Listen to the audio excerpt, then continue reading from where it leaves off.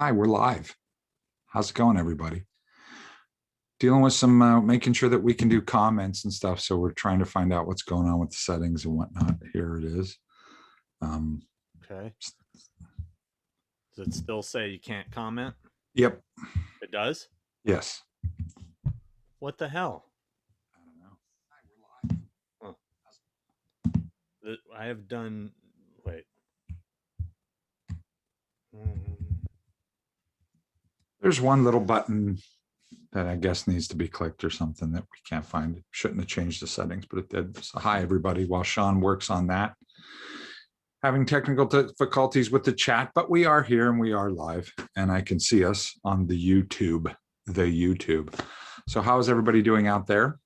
Hopefully you're not in Texas. And if you are, I hope that you're staying warm and have power. I hope this storm is gone. I hope you guys are okay. Lots been going on. I just got back from Australia. These are all things we'll talk about if we can get our chat on. We're hoping we can okay. have our chat I mean, on. I can. It's letting me. There we go. There we go. Are we on? Yeah. We're doing it. Boom. I posted something and all of a sudden they all started happening.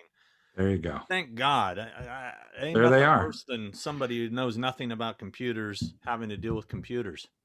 All right, Kevin, how's it doing? Dr. Wolfenstein, Joey, Amanda, Zach, Scare Bear. Come on, everybody's in the house. We're doing this now. This is better. This is better. This is better. Chat's All right. working. All right. Hi, guys. Good to see you. I'm so happy. This is a good. We figured this out. It's Saturday. We're all hanging out. Saturday, I'm in love. I got my pizza all ready to go. You got a pizza going? It was already delivered. I've already had a couple slices, so I'm very excited about that. Cheated. Well, I'm going to have some more, and we're going to hang out. We have lots to catch up on. Lots been going on. I've been busy. We got Norman Cabrera on the show tonight, coming in live, coming in hot. Blood Red Skies threw down $1, kicking it off. What? $1? And didn't even ask a question. He didn't even ask a question. Well, yeah. Thanks, Matt. Yeah, thank you. So let's see. Let's get caught up. I haven't seen you, and I haven't been in your presence in a while. It's true. Before you left for Australia. Are we allowed to say what you're working on? Still can't, right? Still can't. Still can't, even though it's all over the internet. Still can't talk about it. Understand? I ain't taking the heat for that shit, man. Let somebody else do it. So, yeah, back from Australia. I'm happy to be home, although Australia was beautiful and wonderful and COVID free. For the most part. COVID. It's COVID. COVID, isn't it? Do you say COVID? Is it oven? Like oven. Like oven. So I'm back and it feels good, but I loved it there. It was super fun. Maybe some of you follow me and saw some of my posts, or a couple of them. It was pretty great. Kelsey, super chat in the 5. Say hi to my mom, D. Kelsey's mom, D. Hello. Hi, D. How's it going? Heidi. Is her name Heidi? Hi, D. She must get that. Hi. She must get that. Gabe. Thanks, Gabe. Thank you, sir. We appreciate it. Somebody asked about raffles tonight. Wasn't gonna really do any. Maybe I will do one just for the people that do participate a little bit today. I wanted this to more be about just reconnecting with you guys and talking and having some fun. Yeah. And maybe I will throw in. I'll do, because a guy, Chris Franchi, who I hope I'm pronouncing his name correctly. I think it's Franchi. He's an amazing artist. Does a lot of pinball artwork for Stern, back glass, and like all the artwork you see on pinball machines. He sent some really amazing prints to give away for raffle stuff, and a couple for us as well. I showed you. I'll pull some out in a little bit. Just, he's going to blow your mind. The stuff He has, and he just, I don't know if you saw, I don't know if you follow him yet, Chris, you should. He just announced his Halloween print, which is Oh, beautiful. I have his mm, first one. Really amazing. all right. Thanks for the OG shape signed pick from the last one. You got it, Whiskey Tango. Good to see you too. Whis tip, $2. Wow. People Blood Red donating to Skies. support the channel. I appreciate it. Thank you, Who guys. said Thank that you. we were a sexy pair? I saw that. What was that? Hold on.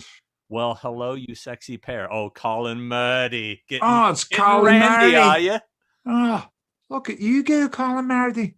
Trying to be a sexy wee bastard.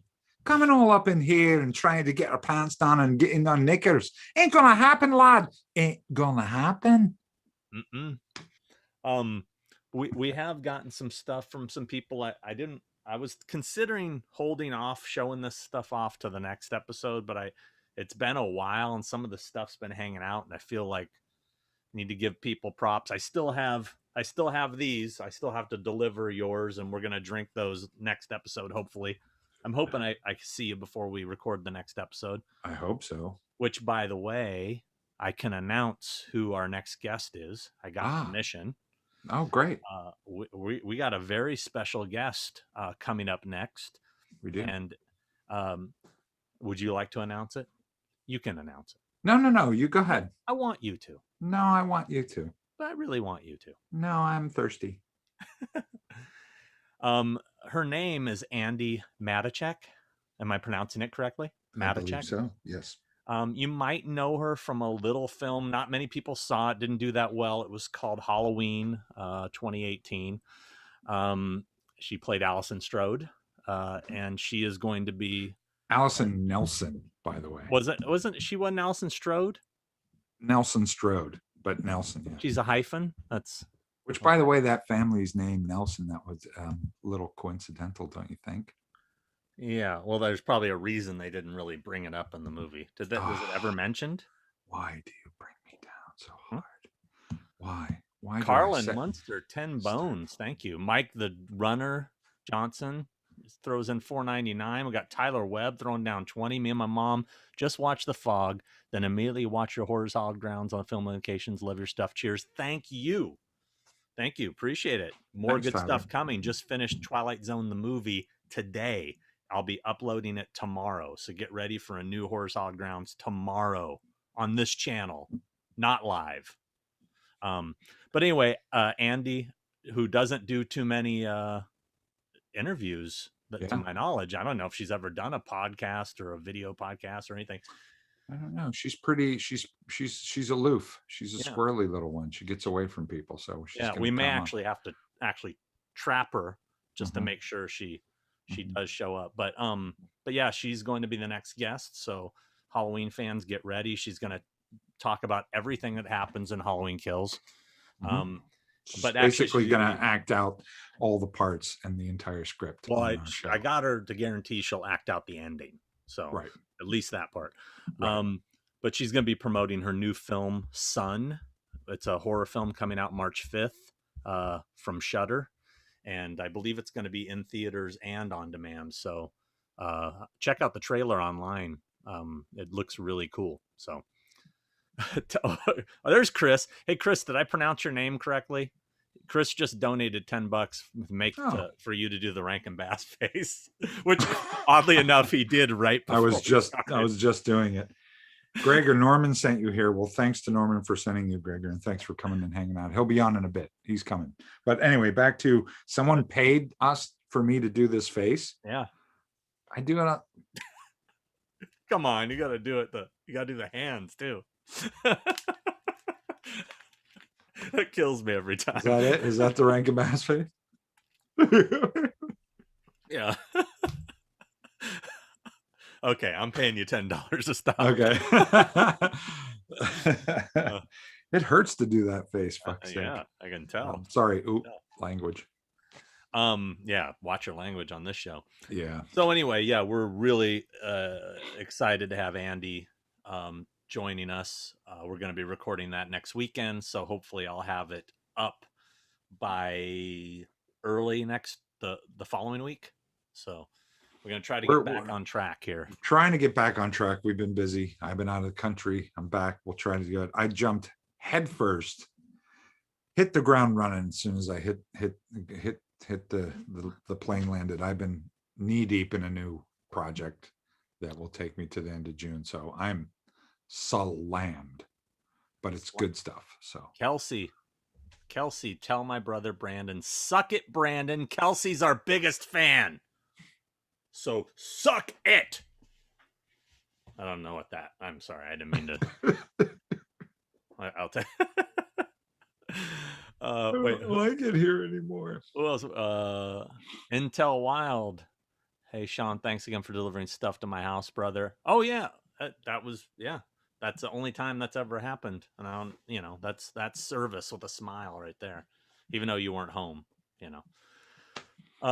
So we have some cool shit. Let me, before, you know, things get too crazy here. Let's see. This guy sent me a mask. He said he's going to send you one as well. I think a different one. I don't know what his actual name is. His company is called Melted 7. And here's a like sticker. He sent us some stickers. Melted nice. 7. All right. I guess is the business card. And there's a like his little Instagram. What is that? Just at Melted 7. At Melted 7. Anyway, check out this mask. It's pretty dope. I will always check out a mask. Daryl McCormick is the woman who belongs to Amazing Colin and Marty. So hello, Daryl. Oh, that's pretty cool. Yeah. Oh, I like that. I want one of those. Did he send you that? Yeah. Where the fuck's mine? Yeah. You were in Australia. So okay. I think it's gonna be in Australia. Oh, I'm guilty for being a world traveler. Okay. I can't help get cool it, masks. You know, you're not home. And you know, but no, he said he's gonna send you one too. I don't think he was gonna send you the same one. I think he was gonna send you a different one, but you want that same one. That's the one you want. I like that one. Yeah, that's it's cool, right? Yeah, it's super cool. I would wear that. I got some cool little notes from people that sent in wanting stickers. Sean and Chris, keep up the great work, fellas. I look forward to getting a few stickers for one of my favorite podcasts. One of your favorite podcasts? Okay. To be growing quite. I don't know what the hell that says. Seems to be growing quite fast. I look forward to the weekly horror collection vids as well. Those haven't really been weekly. Upcoming thing with Two Heads video to watch on my days off. Keep killing the. I can't read your writing, bro. Keep killing the something, fellas. Maybe the world. I don't know.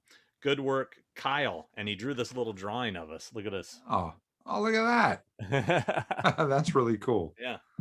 Thanks, Kyle. Yeah. And that's awesome. Oh, by the way, very important. Hold on. This is very important. I got a really like touching message I want to read from one of our watchers, listeners, whatever you call it, friends, Lee Griffins, who said, he said, "Hey, Sean, I just wanted to let you know how much this podcast you and Christopher do means to me. Just recently, my family have been going through a rough time as we found out my dad's lung cancer had returned on Christmas Eve. Unfortunately, he passed away last week. One thing that will remain with me, though, was our love for horror movies when I was growing up. He would rent the latest films and even older ones, and we would sit together, watch them, and discuss them when we were finished. I love to hear you both talk about your favorite movies with a passion, and even the not so great ones. It just reminds me of the times I shared with my father. I hope soon this world will get vaccinated and life as we know it will find some normality. I'd love to be able to shake your hand at a UK convention and thank you in person. Keep up the great work and let Chris know I said thank you to him too, Lee Griffiths." And he posted a picture of him and his father. Oh, that's awesome. And he said his name was Gary, and I just want to dedicate tonight's show to Gary. Yeah, this show's for Gary and his dad. Yeah. Sorry to hear about No, that. no, Gary's the dad. Lee. Gary's the dad. Lee. Yeah. Lee and Gary. Lee and Gary. Um, I'm sorry, so sorry to hear that. And but you know what? You had that bond with your dad and the horror, the bond that we all have. The reason why we're here, the reason why Sean and I are friends, and everybody who's hanging out with us tonight and that tunes in, that's why we're all a family here, a big horror fun family. And it's so glad that you had that with your dad. I'm sorry to hear that, and our condolences, and thank you for watching. And we're here for you, man. We're all pals, so we're here for you. So. Yeah. So let's see. I got some other stuff here. I don't know. Should I hold off on some of this stuff for the next episode? I mean, Whatever. I don't know. I don't want to like a whole show be about the goodies we got. I think I'll hold off on the other stuff to the next episode. By the way, I do want to give a shout out. Hold on a second. To my, let's see. Oh, sorry. My friend Scott sent me a really cool gift. And this one kind of blew my mind. We were talking about how, I don't have an autograph from Donald Pleasance. And he hooked it up. Wow. He got this, he wrote to him, back in the 90s, and they sent him a couple signed cards, and this is one of them. And that's very kind of common back in the day. They would sign these little cards, and it's just cool to finally have something signed by him. And I just want to say thanks to Scott for that. Thanks, Scott. Yeah, that's super cool. I got it up on my shelf. I got it displayed on my shelf up there. Yeah. All right. Look at all these. I'm loving all these people chiming in, giving their condolences to Lee. That's super cool, which goes to show you that we're all on the same page here, and we're all cool with each other and friends. And so that makes me happy to see all that. Everybody sending. Kelsey just tossed in another 5. Says, Christopher, show my mom your Michael mask. She loves Michael Myers more than any boogeyman. More than any boogeyman. I think she wants you to show. You should show off the little mini one closer. I know. Isn't that cool? Yeah. You want me to do that? Should I do that? Yeah. All right. I got to take this shit off. All right. Yep. Don't look at my butt, you guys. All right. Everybody look at Chris's butt. Just don't look at my butt. Everybody look right at it. Everybody see if you can focus enough. Maybe you can make heat happen on it. Make it hot. Oh. Okay. Hold on. I don't have my headphones on, so I can't hear anybody. Well, I can't hear you. Excuse me. Hi. I have notes. I have notes of things I want to talk about. All right, we'll get to the notes. There's a lot going on. Right here. People. Okay, so who am I doing this? Kelsey? For Kelsey's mom. Kelsey, look, this is the little mini Myers mask and stand that I made. My buddy, look at that. That's cool. And my buddy Scott Patton cyber scanned my screen used mask, and then he 3D printed it, and then I took that and molded it, cast it up in plastic, and painted it. Look at that. Oh, it's glorious. And I'm thinking of making a bunch of these, but we'll see. So that's pretty cool, right? Yeah. We like that. Carlin, thank you as well for the other. And then here's her. And there's the real deal. Holyfield. There's the real deal with our little double stick tape and Velcro residue and Velcro in the back, which everyone's always asking me about. So a piece fell off? Yeah. Well, to keep the collar up and popped, besides putting something in the collar to keep it up, we would stick it to the edge of the side of the mask. Did that piece come off or something? Yeah. Where is it, man? You know what that's worth? Fans want it. Come on. Let's auction off that piece that fell off. There you go. There's the mask. You wanted to see it, you got it. Let's see. I'm trying to look at a few questions here. I'm gonna put this back. How mockery? wanted to know if I picked up any props. Love the from Tennessee Sweden. fan What? auction. No, I did not.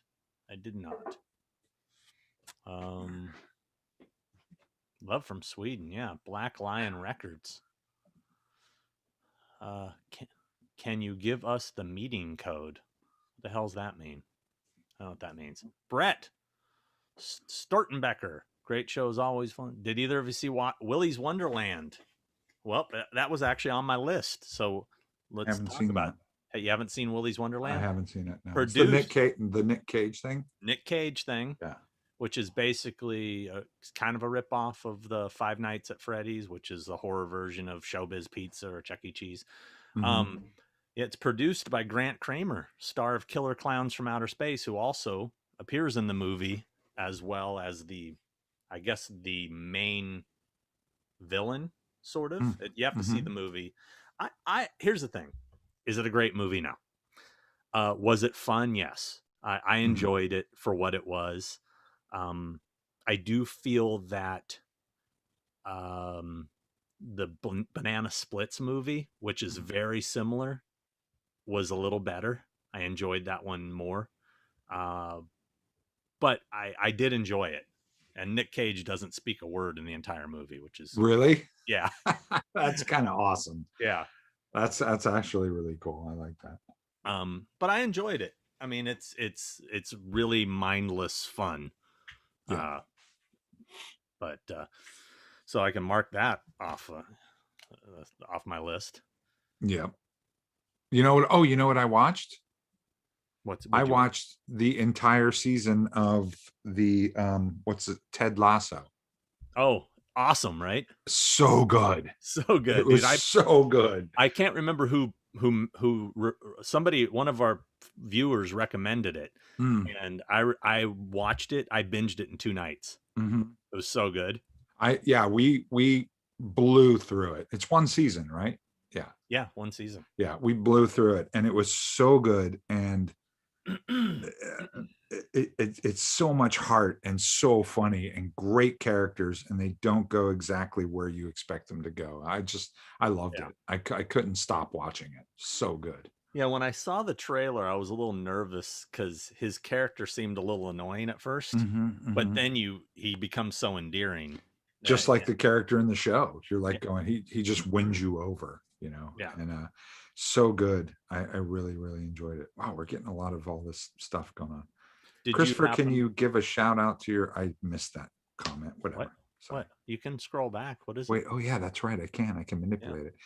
Can you give a shout out in your best Irish accent to my Scottish brother-in-law, Duncan, who lives in downtown Pittsburgh? He would appreciate it. Oh, Duncan. Why am I doing Irish if he's Scottish? Well, your Irish is Scottish anyway, so just do it. Well, my Scottish is Scottish, so I know. Hello, Duncan. How are you, lad? It's good to see you. It's good for you to be here. People care about you, asking me to say hi. Well, hello. That's all I gotta say. The Everscathed wants to know if we watched Psycho Gorman. I tried. I haven't. I kind of want to watch it. No, is it not good? I tried. I got about 30 minutes into it, and I'll be honest with you, the practical effects were fun, and you know they were. I appreciated them. But the lead girl was so obnoxious, and I just was really having a hard time. I mean, I couldn't get through it. I might try to finish it, but the first 30 minutes I had to shut it off. I was just really. I wasn't. That's not you. That's not you. I know. You sit through anything. I know. I don't know. Did you guys like it? I mean, it seems like all these people are loving it online, but I'm kind of like sitting back. I've had quite a few of my friends go, "Have you seen Psycho Gorman? You got to see it. It's got full of effects and monster suits, and it's amazing, and it's super fun, and you got to see it." But then, you know, I don't know. I mean, again, I appreciated the practical effects and the original makeups, I guess. But the story, I just wasn't feeling it. I don't know. Maybe if I was 12 years old, I'd totally love it. But right. Oh well. Classically Deceased said thanks for the Matthew Lillard autograph. Chris, what movie did you end up seeing in Sydney? Remember you said you went to the theater. Oh yeah. Oh god. What did you go see? I saw The Marksman, Who's in that? Liam Neeson's new movie. Any good? It's horrible. It's horrible. It's one of the worst movies I think I've ever seen. It is. We went because it was there's nothing really playing, but the movie theaters were open, and we were done with the work week, and one of my coworkers says, "What are we going to do? It's Saturday night. Let's do something." And I went, "Let's go to the movies. We can go to the movies here." So we walked through the city and went to this movie theater, and it was awesome to walk into a theater and get your popcorn and your candy and your soda. It felt just like, oh my God. And went into this theater. It was very nice. And we saw The Marksman, and it's awful. But you know what? There were three of us. One of us fell asleep 5 minutes into the movie. He didn't wake up until the end credits. He slept through the whole thing. We were doing a little drinking earlier, but anyway, he passed out. And then me and my other buddy sat there and watched this terrible, it's so bad, but it just felt so good to be in a theater, a movie theater, watching a movie. It didn't really matter what we were seeing. Just to have that experience and that vibe, because you'd be amazed how much we take that for granted, you know? So it was a good night, even though. Classically Deceased also said, Sean, I just watched Cursed Films for the first time. It was great. Do you know if season 2 will happen? Yes, I think they're already done shooting season 2. So I won't be in it, sadly, season 2. But coincidence, though, they did want me to participate in the Twilight Zone, the movie episode in season 1. They wanted me to take them to the crash site, but I wasn't exactly sure where the crash site was or if I could even get them to it. Right. But, you know, I did get to the crash site, and it's in my Horizontal Grounds episode that'll drop on this channel tomorrow. So get ready for Twilight Zone, the movie.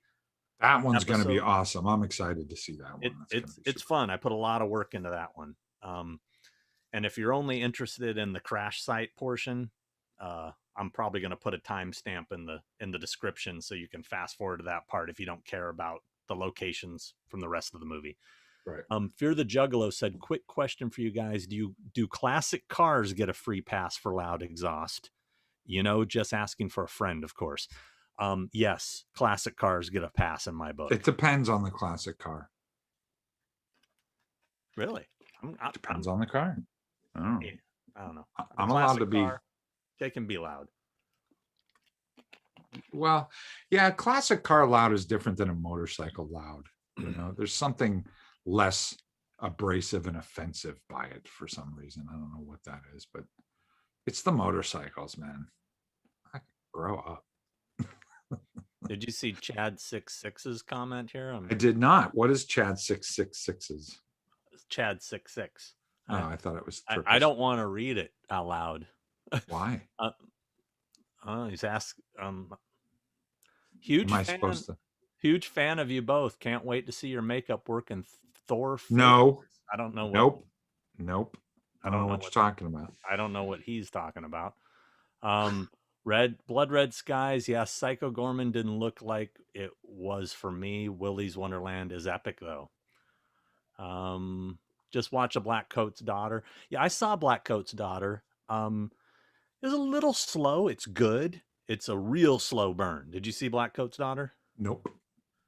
My good friend James Remar is in it. Oh. Small part. But actually Kirk Acevedo recommended that movie to me. He loved it. I liked it. I probably would never watch it again. It was real slow, but it was well made. We have to do something about the when someone speaks, your screen lights up with a green around it. We have to do something about that on the next one. It never used to do that. Why is it doing that? We're having technical difficulties tonight. Oh, I see that. It doesn't bother me. Bothers me. I mean, it bothers me if it was making you big and then small. You know, that shit bothers me. But the little box I can live with. All right. What you should do is what I'm doing is I actually watch our stream live on on Zoom and push the screen over and just have the comments so I can read the comments, because I hate watching myself behind. Can you do that? You can do that. Like I can have the comments up here Well, what instead I of do down is here. I just move it over, like, I put the screen over. I'm Technology. just here to entertain people. It's Norman Cabrera is saying watch Psycho Gorman. Oh boy. Is he? That's what he's saying. Although I hear one guy here says, I can't even know what this name is, says rest of it's the same, Sean. I could barely sit through it. Fonzo 13, I didn't like it, and like you, the little girl was really annoying. Like, were you saying and like me? or the little girl was as annoying as you are, Sean, yeah. is what he's saying. Norman must be friends with whoever did the effects. Let's see. I can't. Norman likes that kind of stuff, man. And I'm sure it might be super fun. I have to be in a very specific kind of mood to watch that kind of movie. Yeah. I don't know why, but I'm definitely going to check it out. Whether I like it or not, I don't know, but I'm definitely going to watch it. Norman's coming on, everybody. Don't worry. Yeah. We're just taking care of business and Yeah. stuff. Do we have any questions and all that horse shit that we have to do? Oh no, we're not doing we're just talking the questions that are on the screen. Gorehound Productions absolutely loved Psycho Gorman. Okay. PG was really fun, but I agree. I thought it was hard to watch for a while until you get into it. Seems like a lot of love or hate from what I've heard. Intel Wild said, "Hey Chris and Sean, what's the highest super chat you have ever received?" I don't remember what our highest one was. I don't either. I think maybe 100. I think Kenny Bagley did 100. I don't recall. EPG 74, love the Nick Castle autograph that I received from the last show. Thanks again, fellas, and thank Nick, who I'm surprised hasn't popped up here so far. Vince, my buddy Vince Van Dyke is telling me to watch my language. I am swearing a lot tonight. I apologize, everybody. I'm relaxed, and when I relax, I swear. It's a weird tick thing that I have. So I'm sorry, Vincent. I apologize. I will watch my language. Stephanie told me to watch my language as well, so I gotta watch my language. Let's see. I'm Irish, and yes, your Irish is cartoon Scottish. It's supposed to be. How do you pronounce that name? Ciaran McNulty. Ciaran McNulty. I don't know. Let's see. Classically Deceased said Curse Films was really good. Love seeing you in it. Sucks you won't be in season 2. It is what it is. I mean, Amanda asked me if that figure is a trick or treat figure or a one custom. It's a one custom. Yep. Just so you know. How many movies are in your movie collections, and are they mainly horror? Oh God, I have no idea. I mean, I'd probably say the majority is horror, but I don't know how many. I've insane. I got a whole wall, and then God, I have so many movies. It's stupid. I'm silly with movies. I'm riddled with movies. I love that term, riddled. Yeah. Matt Lucas says, Sean, have you started or even finished Horror's Hallowed Grounds for Lost Boys? I started it, but the big portion is going to Santa Cruz, which is 90% of the movie. So although I have started it, I actually started the episode in 2006, I think. 2007. I have footage from 2007, which I'm considering going back and reshooting just because it's old. But the story behind that is we actually started shooting it. We were going to do the episode with Corey Haim. Corey was going to go to Santa Cruz with us and do it, and he passed away. So that kind of that ended that. Oh, by the way, Sean, I meant to bring up, people are asking me for signatures on things or autographs. That's just I'm gonna send that. It's ridiculous. Who wants that? I don't know. Well, that's my agent, everybody. That's my agent, by the way, just so you know. Well, here's the thing. I'm, as far as you signing Halloween stuff or stuff like that. No, I do care. As far as you signing that kind of stuff, you know, that's different. But if somebody wants a thing with two heads thing signed by you, I think we should give those away all day. You Oh, know? hell yeah. Well, I should give my shit away all day too, You because no should. one cares. You should pay More people to get cursing. autographs. I should pay people to get my autograph. I Yeah. love the support. You're a supportive man. I appreciate it. You've always been in my corner. I'm in your corner, telling you Right the there. truth. Telling you. How do you guys feel about John Landis regarding the Twilight Zone accident or incident? Accident. I'll be honest with you. I did a ton of research before and during this episode, and I watched hours of like courtroom footage and stuff from the funeral. And I'll be honest with you, I lost a lot of respect for John Landis after really delving into it. It was an unnecessary incident, and I don't think he handled himself very well during it. But that's, you know, but am I a huge fan of his movies? Absolutely. I mean, it's separating the art and the artist. You know, let's talk about Marilyn Manson. Oh, let's not do that. Why not? Why not? You know, it's an interesting thing, the Marilyn Manson thing. I'm a big fan of his music. I mean, I am. I've seen him in concert multiple times. We hung out with him at the Halloween premiere. No, well, you know, hung out, you know, but anyhow, it's funny. I was talking to Nick about it, and he's like, oh yeah, you know, he said something. I go, don't you remember we met him at the premiere? We took a picture with him. He's all, we did? Oh shit. But you know, it's you know, it's a weird thing. And I've got this really dope Twins of Evil Marilyn Manson Rob Zombie hoodie that I feel like if I wore out in public now, I'd be shamed, you know. I don't know. I mean, I don't agree if the stories are true. I don't agree with it, but I also don't agree with how he's already been basically tried in the court of public opinion before, you know. Well, it's cancel easy to culture.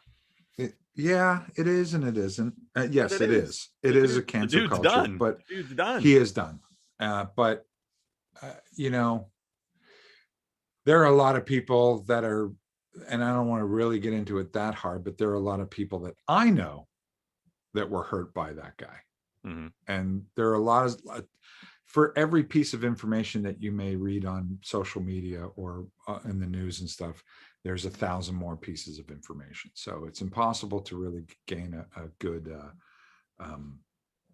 perspective or really be knowledgeable about it until maybe you know a little inside stuff. So that's a touchy subject in this household. So we're gonna move on from that one.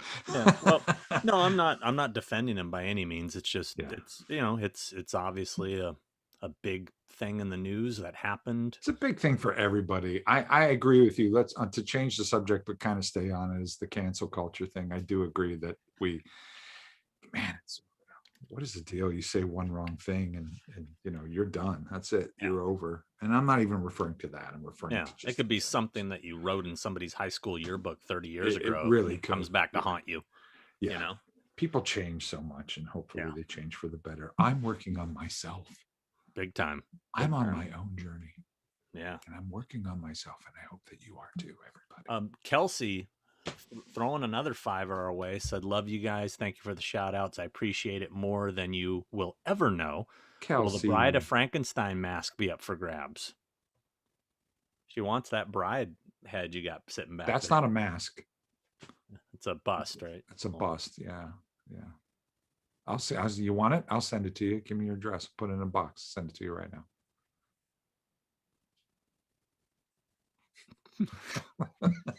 Sean's waiting for me to go.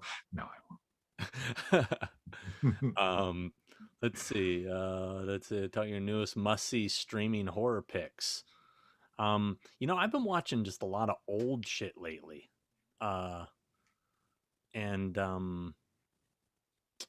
Me you too. know, like I just watched I think I had mentioned last episode I was on a Death Wish thing. I've got to part 4. I got part 5, and I remember 5 being cringeworthy, terrible. And I also watched Exterminator 1 and 2 again. And I remember you saying that you thought Exterminator 2 was way better. They're both terrible. Terrible films. Yeah, they're awful. The second one with Mario Van Peebles and the Yeah. weird Road Warrior get Yeah. up. Oh my Yeah. God. Yeah, it's good stuff. But anyhow, any get off my lawns before we get, Ooh. I've got a couple, or at least one. I had one and I forgot it. Fucking packaging, man. I'm still with the packaging. You had the packaging last time. I know I had it like 5 times, but get off my lawn. Okay, I got one. You go ahead. Digital displays, like at the drive-through or even at the movie theater, the digital displays of the menus. Why is it every time I'm trying to read the digital display, it switches to an advertisement of some sort? It's so annoying. Like you pull up to the drive-through at McDonald's, for example, and the whole menu will go to like a black, and it'll say the person before you's order and the price, and you're like, and then they're already going, welcome McDonald's, can I help you? And I'm like, I'm waiting for the menu to reappear. I'm trying to see what you have.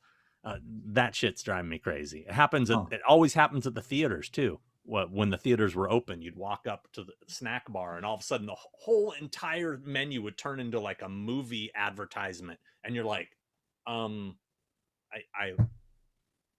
give me a second. I'm waiting for the friggin' menu to come back. Drives me nuts. Okay, that's it. Let's get off my lawn for today. I had to get off. Can I join the meeting? I keep seeing people posting, can I join the meeting? I don't know. I mean, you did. You just commented. You joined. I don't know what you mean by that.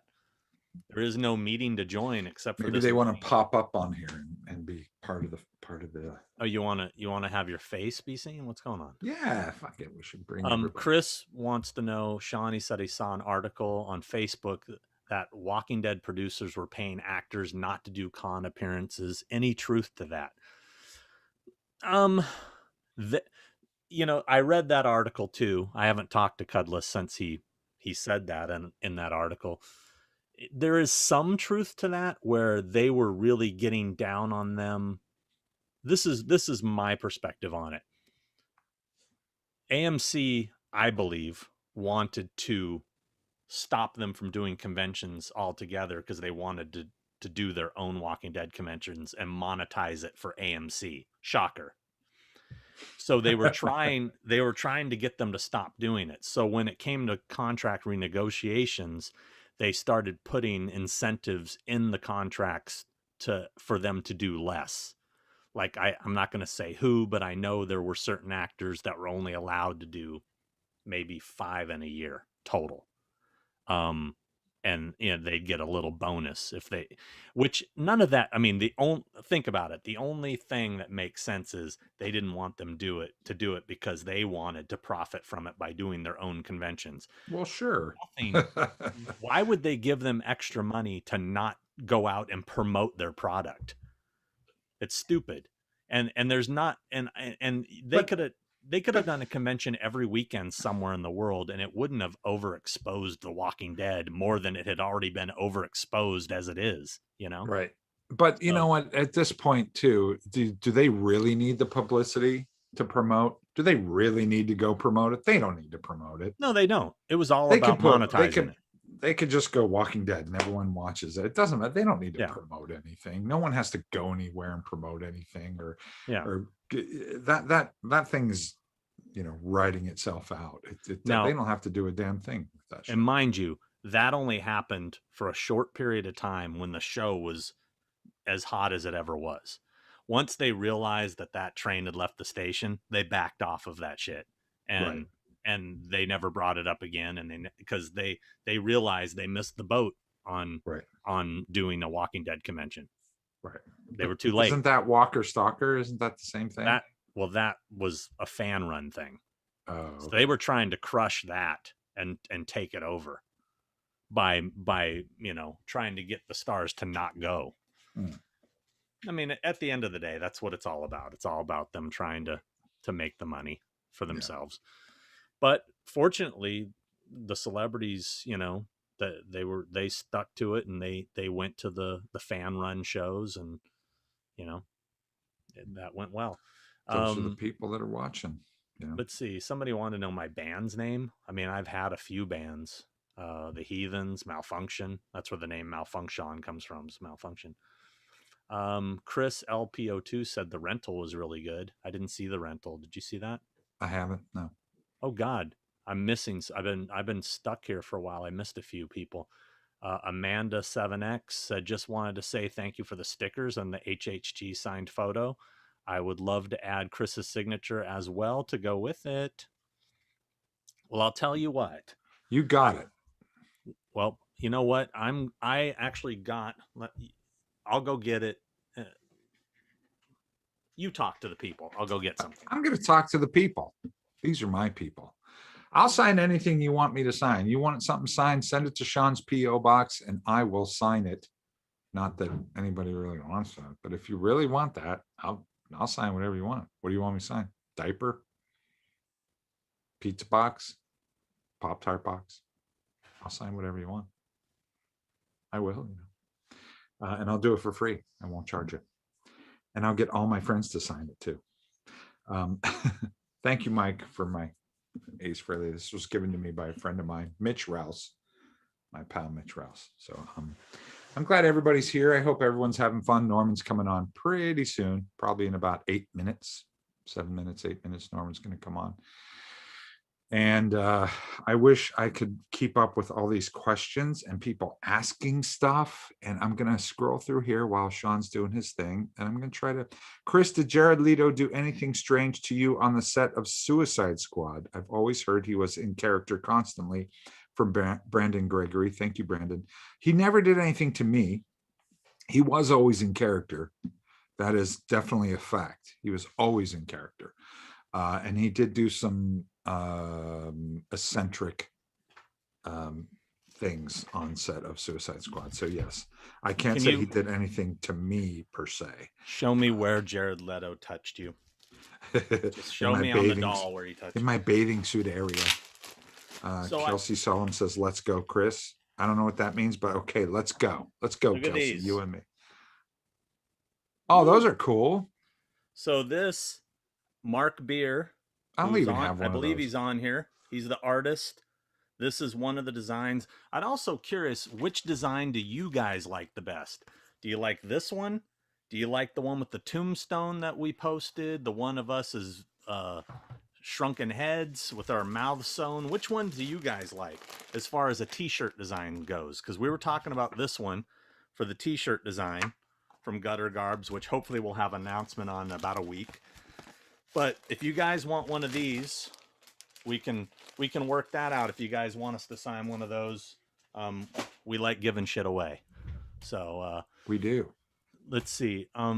Kelsey said, let's go, Chris. I don't know. What does that mean? Let's go, Chris. I answered that. I said, I don't know, but I'll go. Let's go. What was Brandon Gregory? Chris? Oh, Kieran, you did that one. Okay. Kieran McNulty. PG has an uneven tone. I don't know what that means, but Kieran McNulty. That's how you pronounce his name. PG Psycho Gorman. Oh, okay. Yeah. Mike the Runner, like Shrunken Heads. All right. Shrunken Heads, they're both awesome. Tombstone, looks like we're getting some votes here. You know what? I don't want to. I know you didn't want me to bring up the Manson thing again, but there is something. Look, there is something. That's a cat. That's my buddy Oscar. The one question I wanted to see what you guys thought about this and what you thought about this too, Chris.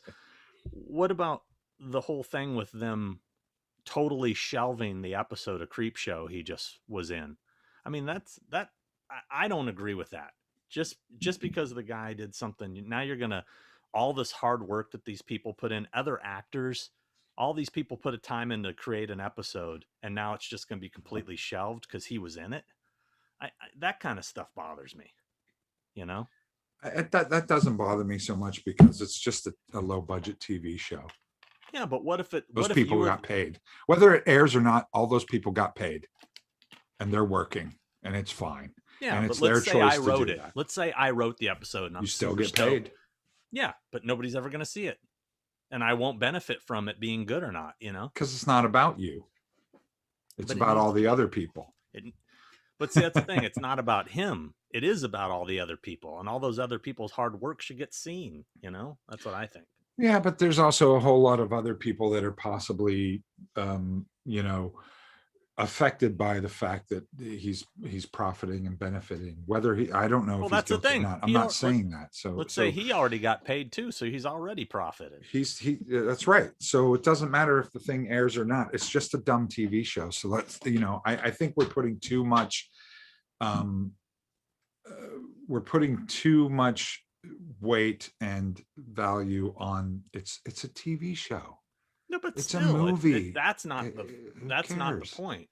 I mean, it is the point, because you're basically, what you're doing is you're kind of going, yes, you don't know if he's guilty or innocent or stuff. So then why are you swaying towards one way or the other? Let it. That's not your call. You're not in charge of AMC. You're not in charge of Creepshow. You don't know if he's guilty. What if he's terribly guilty? What if you defend the guy and then it turns out that he actually is terribly guilty? Then how are you going to feel? Well, should we not watch The Naked Gun anymore? Should we take those away? Should we take them? They should never be aired on cable again? No, of course not. There's the way that it is, and there's the way it should be. And we can't do anything about that. You can be mad all you want, but there's nothing that you can do about it. It is dumb. We live in a dumb world. The whole thing is chaos. That's what that's my point on a daily basis, is none of it makes sense, so. Yeah, Mike's asking, can they do reshoots around it? Say, I don't know the episode. I don't know how much he's in it. I don't. I'm sure they did. I'm sure they will, or they just won't air it, or they'll reshoot it for next season. They've said they're not going to air it. They pulled it. Which I immediately called James Remar, because I knew Remar is in a new Creepshow and he was excited about it. And I immediately texted him and said, dude, are you in the Manson episode? Please don't tell me you're in the Manson episode. All I'm saying is we don't know the facts until we know the facts. And some people do know the facts. And I know, we just hold off on the defense. No. Again, I don't care if he's guilty. Even if he is absolutely guilty, I don't think it should affect other people's work. Yeah. His record label, drop him. Sure. Cool. I'm good with that. But something that was a group effort that had hundreds of people involved shouldn't get permanently washed off the face of the earth because this guy was in it for a second, Well, what's the difference between a record label dumping him and a TV show dumping his episode? What's the difference? Well, that's his band. It's Marilyn Manson's the product. He's just an actor in someone else's thing. That's right. It would be like if the hard work you just put in Australia, somebody connected to that did something bad and the whole thing just went away. I don't care. I got paid. Okay. I think that you're defending people that don't care. No, I'm not. Anyway. We have questions. Let's go to questions. How can I find the P.O. box? Chris, can you talk about a special effects makeup save you have had to do on a movie? They're all saves. Every single one of them. The P.O. box. I guess I can announce it right here. I can't put it on the screen. I don't know how to. I do that shit all when I'm editing stuff that's not live. But let's see. The Devil P.O. times box. 5. This is the P.O. box right here. If you can read that, probably can't. No. There we go. Now you can read it.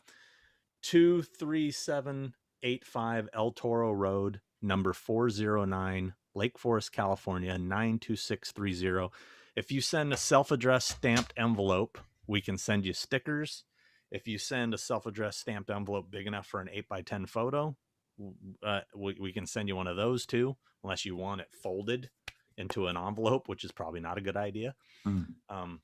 Because we all know you're gonna frame it, hang it up in the living room. Oh, Steve Salazar posted the address, the P.O. box address. Oh, thank you. So thanks, Steve. Everyone go there. If you want to send something in, you want something signed. I forgot that I could actually type on here on the comments. I see somebody said devil times 5. Devil times 5. We should get Norman in here, yeah? Oh, yeah. Let's do that. I'll send that to him in a second. Reb We're gonna Cram said, send I'm them. okay with watching old Kevin Spacey movies, but I wouldn't support anything new he does. There you go. Boom. Yeah, it's fine. But Kevin Spacey, great. they had enough money on that project to go back and hire Christopher Plummer. Maybe too bad Christopher Plummer died. Maybe they could have hired him to fill in on the Creep Show episode. You can hire me to fill in on the Creep Show episode. How's that? Exactly. All right, I'm sending Norman's invite. Norman, it's coming if you're watching, and I know you are. I just saw a movie called Devil All the Time. Have you seen that one? Don't make me spit out my water. That's the name of the movie.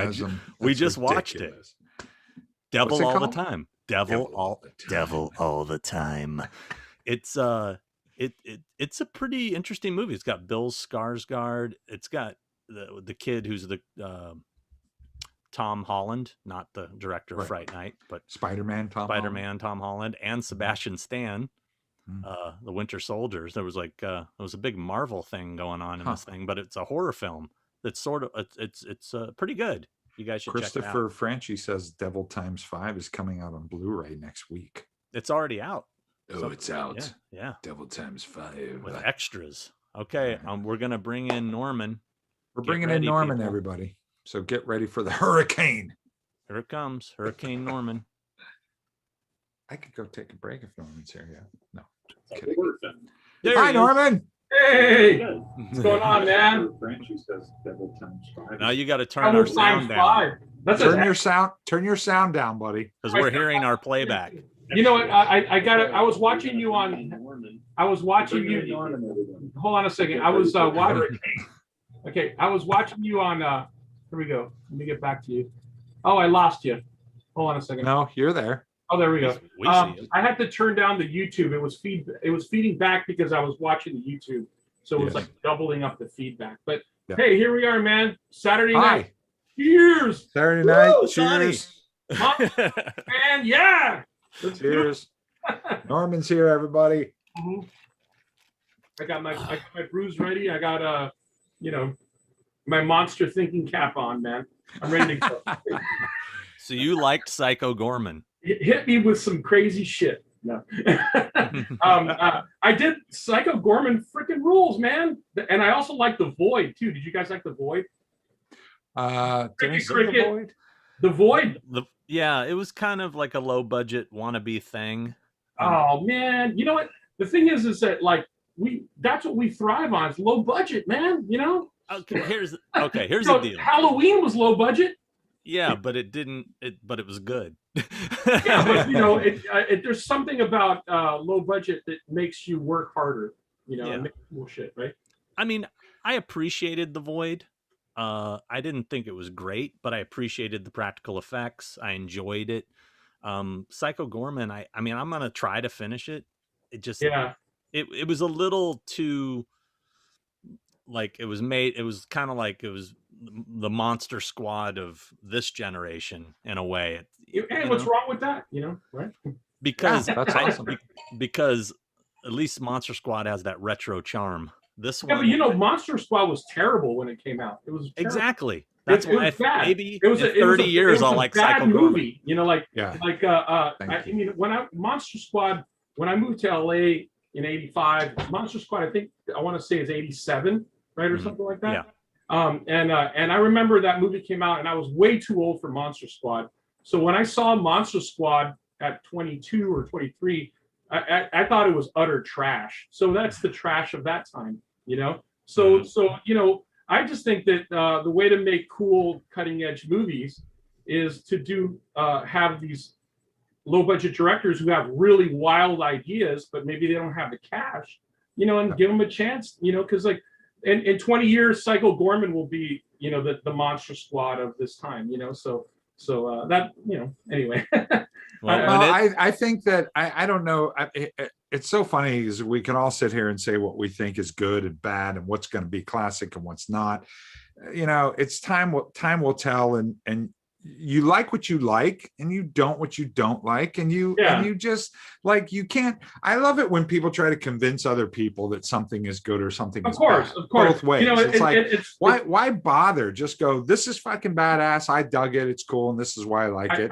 I agree 100%. And I mean, You know what's funny is because like on Instagram, of course, you can see everyone's opinion 24 hours a day. and like, you know, one of my favorite movies of all time is The Howling, you know, and it's so I follow hashtag The Howling, you know, and so I see everybody's posts on The Howling, and I see a bunch of people that are like, wow, The Howling's badass, it's so great. But then you see people like, worst movie I've ever seen, you know. So there you go. That sort of illustrates your point, you know, like you have all these people that are like super excited about a movie, and then you have all these people that are like, this is the worst movie I've ever seen. And for somebody to tell me that The Howling is the worst movie they've ever seen, it's like I will actually track them down and find a way to choke them. You know, exactly. I'm never the type of person that wants to shit on something that somebody loves. You know, if you love it, I'm happy that you love it. You know what I mean? Yeah. Because God knows I like some terrible movies, you know, and I could admit it, you know, but, you know, they may have a nostalgic thing, you know. That's the thing. It's like, I think it's all about a movie that hits you at the right time, you know? It's like if you were, I don't know, if you were the right age or whatever the reason may be, you know, if it hits you at the right time, you know, then that becomes your film. If it doesn't hit you at the right time, then it's like, forget about it, you know? So, yeah. Well, there are things that I've discovered years and years later that are like, oh my God, how did I miss that? That was amazing, you know? Exactly. I mean, mind you, I gotta say, I guess this is going to make me sound like the old guy in the room, which I'm not the old guy in the room. Boom. But I'm the oldest guy in the room, though. You are the oldest guy in the room. But and proud of it. You know, I'm not a huge fan of modern movie making or storytelling. I'm not going to say movie making. I'm going to say I'm not a huge fan of modern storytelling, the way that stories are told these days. I'm just not. Like, I think they're half. I'm not shitting on everybody. Everyone take it easy with the, you know, but I just think that we lost touch of how a really genuine good way to tell a story. Well, if you want to ask, you know, if you want to know what I think about that, it's like, there's really classy, really great horror movies, you know, like The Shining, you know, is a great example of that, you know, Rosemary's Baby, you know, The Exorcist. Those are A pictures, you know, right? But I think what's missing in horror movies is like a B movie, exploitive, like fun thing. You go to the drive-in, or now nobody goes to the drive-in; they just stream stuff on Netflix or whatever. But it's like the two worlds can exist, you know. Like you can have the classy A picture, you know. Oh yeah. The problem, I think, the problem is that the B picture is now trying to be the A picture, and it's just not, you know. So it's missing the exploitive elements of all this cool shit that we grew up on, you know, right? And so the exploitation angle is missing, you know. That's a good point. I mean, a very good point in that everybody's trying so hard to make the giant bucks, to make the super multi-million be successful, because if you're making a low budget horror movie now, you're making it, I find that you could tell that they're making it for less about the passion of doing a low budget horror story than it is about, this has to be my break so I can get the next level, so I can make this giant movie, so I can make millions of dollars. There's an agenda to it, as opposed to just going, I just want to make this crazy fucking movie, man. Exactly. And I miss that.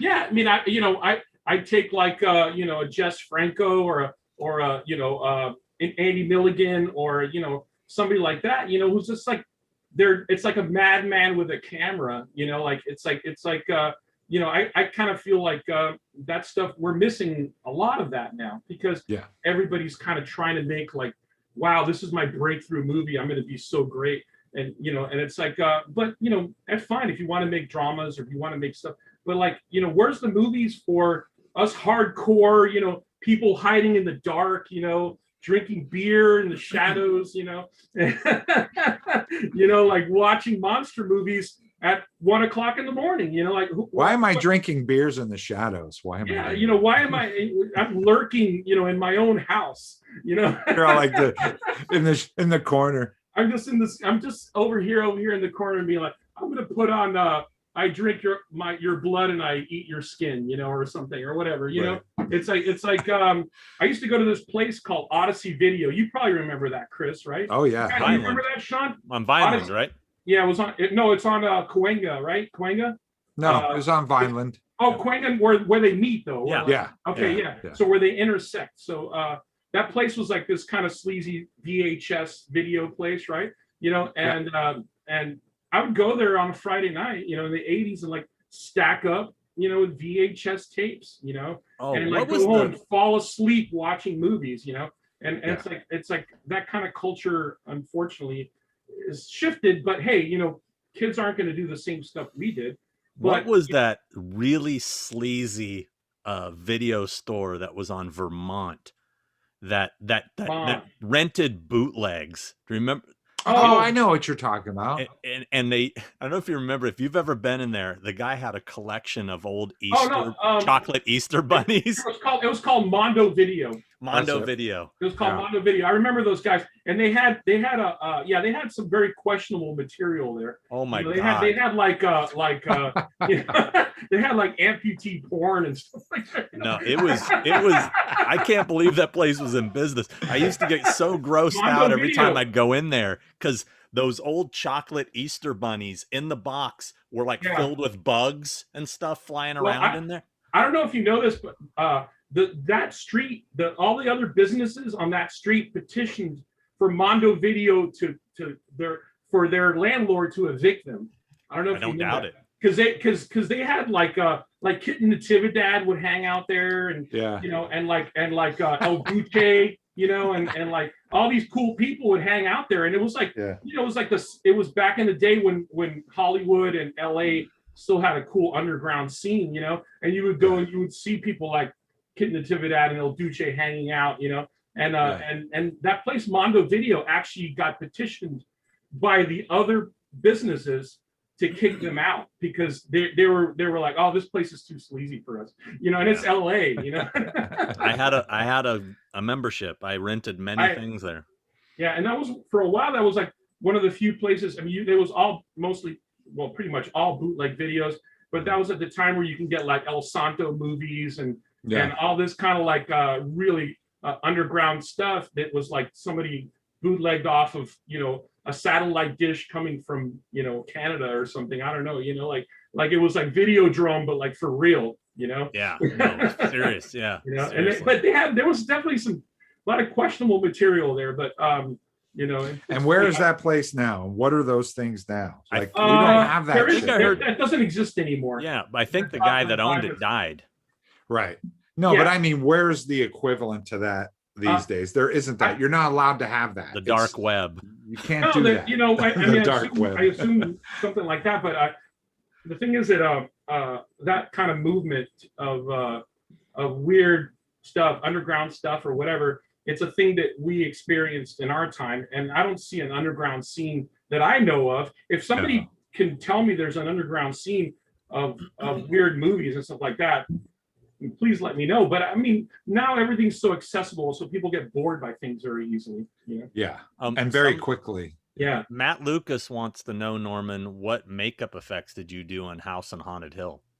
House on Haunted Hill, we did. I did a bunch of those saturation chamber guys, like they're like these nightmare, characters. That was directed by a guy named Bill Malone, who actually worked at Don Post Studios. He sculpted a bunch of stuff. Like he's known for the Sinjanor, right? Dude, how about the big one, Shatner? He sculpted the Shatner mask, which became Michael Myers. So Bill Malone is a living legend, and to people like us, anyway, right? And then so it was really cool to work with Bill, and he was a very sweet guy. And we did all these. It was this whole like saturation chamber, creepy. You see him only in glimpses. It was very like inspired, I suppose, by Jacob's Ladder. Jacob's Ladder, yeah, exactly. Jacob's Ladder, kind of like creepy, faceless people and stuff. So I did a bunch of those things, and there was some corpses and stuff, So, and then my buddy Garrett Immel, did a bunch of that stuff too, and that's what we did for that. Well, how did you two meet? Me and Chris? Yeah. We met at Steve Johnson's, right? We did. Well, yes. I mean, that was the first time we worked together. The first time that we met was when you had a band with Wayne. Yeah, Wayne Toth. Toth. Eddie Yang. Eddie Yang. Asao Godo. Yep. Yeah. And you guys had a band and you played Greg Nicotero's birthday party. Yeah. It was like kind of our thrash punk rock sort of hybrid band, like we did covers, like we just played covers of the Misfits and Metallica and all that kind of stuff, And I met you it's a garage band just having fun, but we played that some party or whatever. But the first time I know exactly what you're talking about. It was this place in over here in the valley called Toast Tavern. Yeah. And the band was called 13 Ghosts. That's right. That's right. But the funny thing is for hardcore horror movie nerds, 13 Ghosts is actually in the film Subspecies 2. The Charlie Band Full Moon movie, Mm-hmm. So in Subspecies Part 2, not 1, but Part 2, me and Wayne Toth went to Romania to do the effects, and the director, this guy named Ted Nicolau, was like, he loved us. He was like, you guys are the shit, he was just like one of these guys that was such a cool dude, down to earth character. He directed Terror Vision too, and stuff. Mm-hmm. Anyway, he's like, we need a band for this Romanian metal club. You guys should just be the band. So if you watch Subspecies 2, you'll see me and Wayne in the film in this heavy metal club called the Vex Club, and we're performing a couple of songs from 13 Ghosts. And what's funny is I do get some hardcore horror nuts that are like, when can you do a release like the 13 Ghosts like tracks? Mm-hmm. And I guess Charlie Band owns the rights to them, I suppose, or whatever. And I actually contacted Charlie Band's people and Ted Nicolau actually. It's like, do you have the master tapes for those? And they're like, no, it's been lost forever. Charlie Band files for bankruptcy and stuff's just burned or whatever. So all that, those master tapes are lost, but I have them on cassette. Like I have them on like physical cassette. So I might put out that 13 Ghosts You should do that. Yeah. It's very Metallica influence. It's like we at the time we were doing Metallica covers and Iron Maiden and the Misfits and stuff like that. So but it's funny. That's right. You were at that party that we played at. So Anyway, so back to the question. But Norman and I really got to know each other at Steve Johnson's XFX, I think. Yeah. That's right. Or no, was it Rick's? You were at Rick's. I think it was Steve Johnson's first. It was it? It was like the stand, because we worked on the stand, right? Well, yes. Well, yeah. But this is before that. Oh, I think this was before that. But I was at Rick's during a movie called Rex and a movie called Isobar. I wasn't at Rick's during Rex. Okay, but then I went to Steve's. My first job at Steve's was a movie called Evolver or something. Oh, yeah, I remember that. They had just finished Suburban Commando or something, and there was Evolver, and the Stam was coming. You remember this? About serious low-budget trash, man. Serious low-budget trash. And by the way, Psycho Gorman reminded me of the creature from Suburban Commando. Yes. Oh, okay. But here's to that. I would say that's the early 90s. Yeah, Norman? 91, 92? 90, yeah, like 90, 91 or something like that. That's when we started working together, and we used to work in the loft up at Steve Johnson's, and Norman was over here and I was down here, and we would listen to music and make jokes and goof off. And Chris is, and I'm not just saying this because you're here, Chris, but Chris and I hit it off right out of the gate. And I used to go up to Chris. I'd be, Chris, make me laugh. Because Chris was so fast with stuff. I mean, he was like literally like, you would be like, Chris, say something funny, and like Chris would just hit you with something funny. And I swear it was. We had a blast, man. And we had a blast. Wish I knew him back then. I am not that guy anymore, that's for sure, man. But there was this place we used to go to called the Now Voyager. Remember? Oh yes. It was like this, like one of the last vestiges of the '80s heavy metal scene, you know, like Yeah. in Burbank. It was called the Yeah. Now Voyager, you Yeah. know, and we used to go. We used to there with- go get and, hammered and dance. Yeah, there was Not not together, but we used to Not like. together, It was yeah. but it was or Yeah, at we least used- watch people watch people. yeah, because like you know, it was the early '90s, and like the heavy metal scene was sort of like trailing out Yeah. off, you know, it Yeah. was going into other things. But this one place called the Now Voyager still had this really, like, the DJ played all like '80s metal and stuff Yeah. like that, and like it was the place you went to hang out with other like-minded people, and you Yeah. just got drunk. And you know, I had just come out of a divorce at that time, so I was having a good time. So what can I say? Yeah. But we had a good time at Steve's, and it was there's so many stories coming out of that joint. Somebody that- asked us about the time. Somebody asked me yesterday about the time machine. I forgot you and me Oh, worked yeah. on the time machine. Yeah, too. yeah, You know, yeah, that was yeah. at K&B, you know? Yeah. So, yeah, so yeah. I sculpted that makeup on what's that actor's name? Jeremy Irons. Jeremy Irons. Yeah. Yeah, I sculpted the makeup for Jeremy Irons, and you applied it, you know? Yeah. So Yeah, Oh, that's right. we have a long history together. We do. The Ever Scathed wants to know, did you do the pencil through the eyeball in summer school? Yeah. Very specific.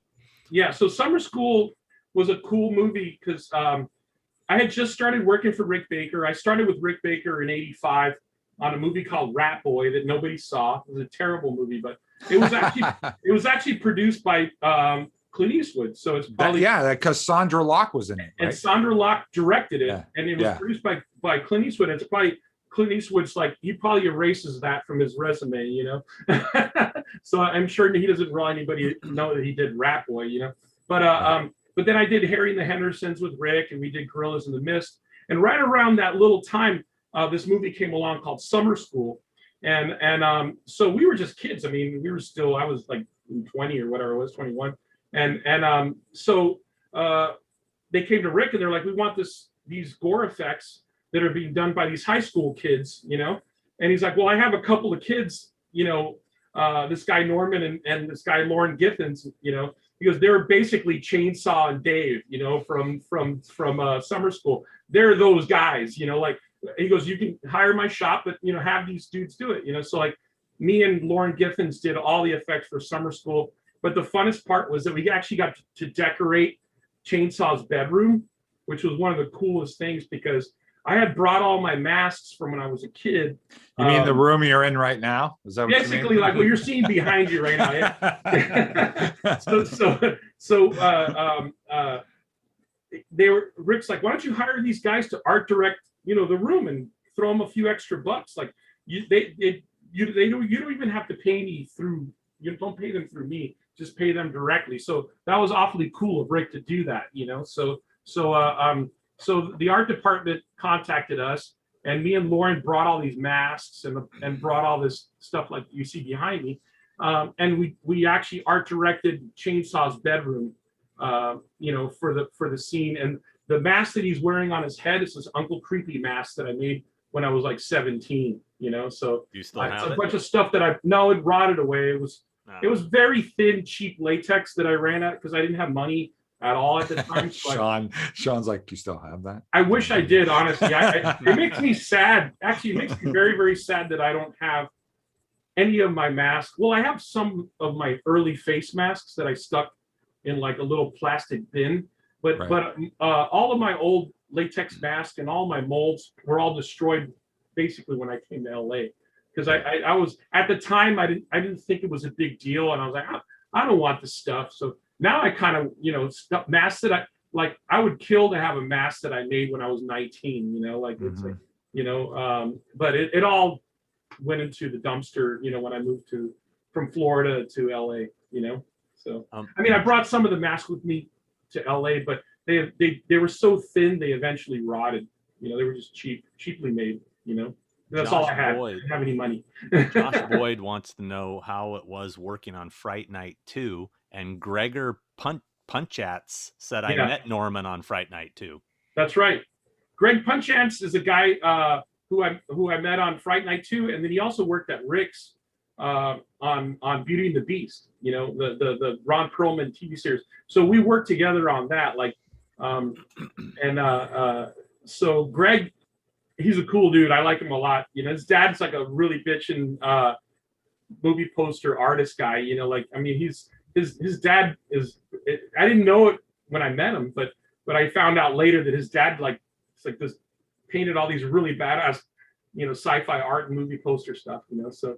But Fright Night 2 was a lot of fun. I did it with Bart Mixon. Yeah, with Bart Mixon, you know. So I mean, and I got to meet Roddy McDowall, which was like, you know, I mean, I was a massive Planet of the Apes fan when I was a kid, you know.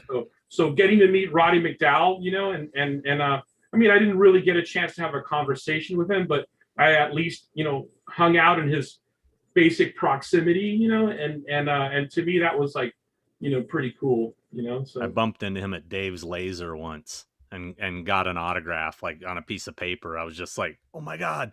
Speaking of which, I know you're a big Planet of the Apes fan. Chris was telling me, Nay and I just hiked up into Malibu State Park on Wednesday and you know, get to see where they had the whole village built. That was pretty cool. Have you been up there?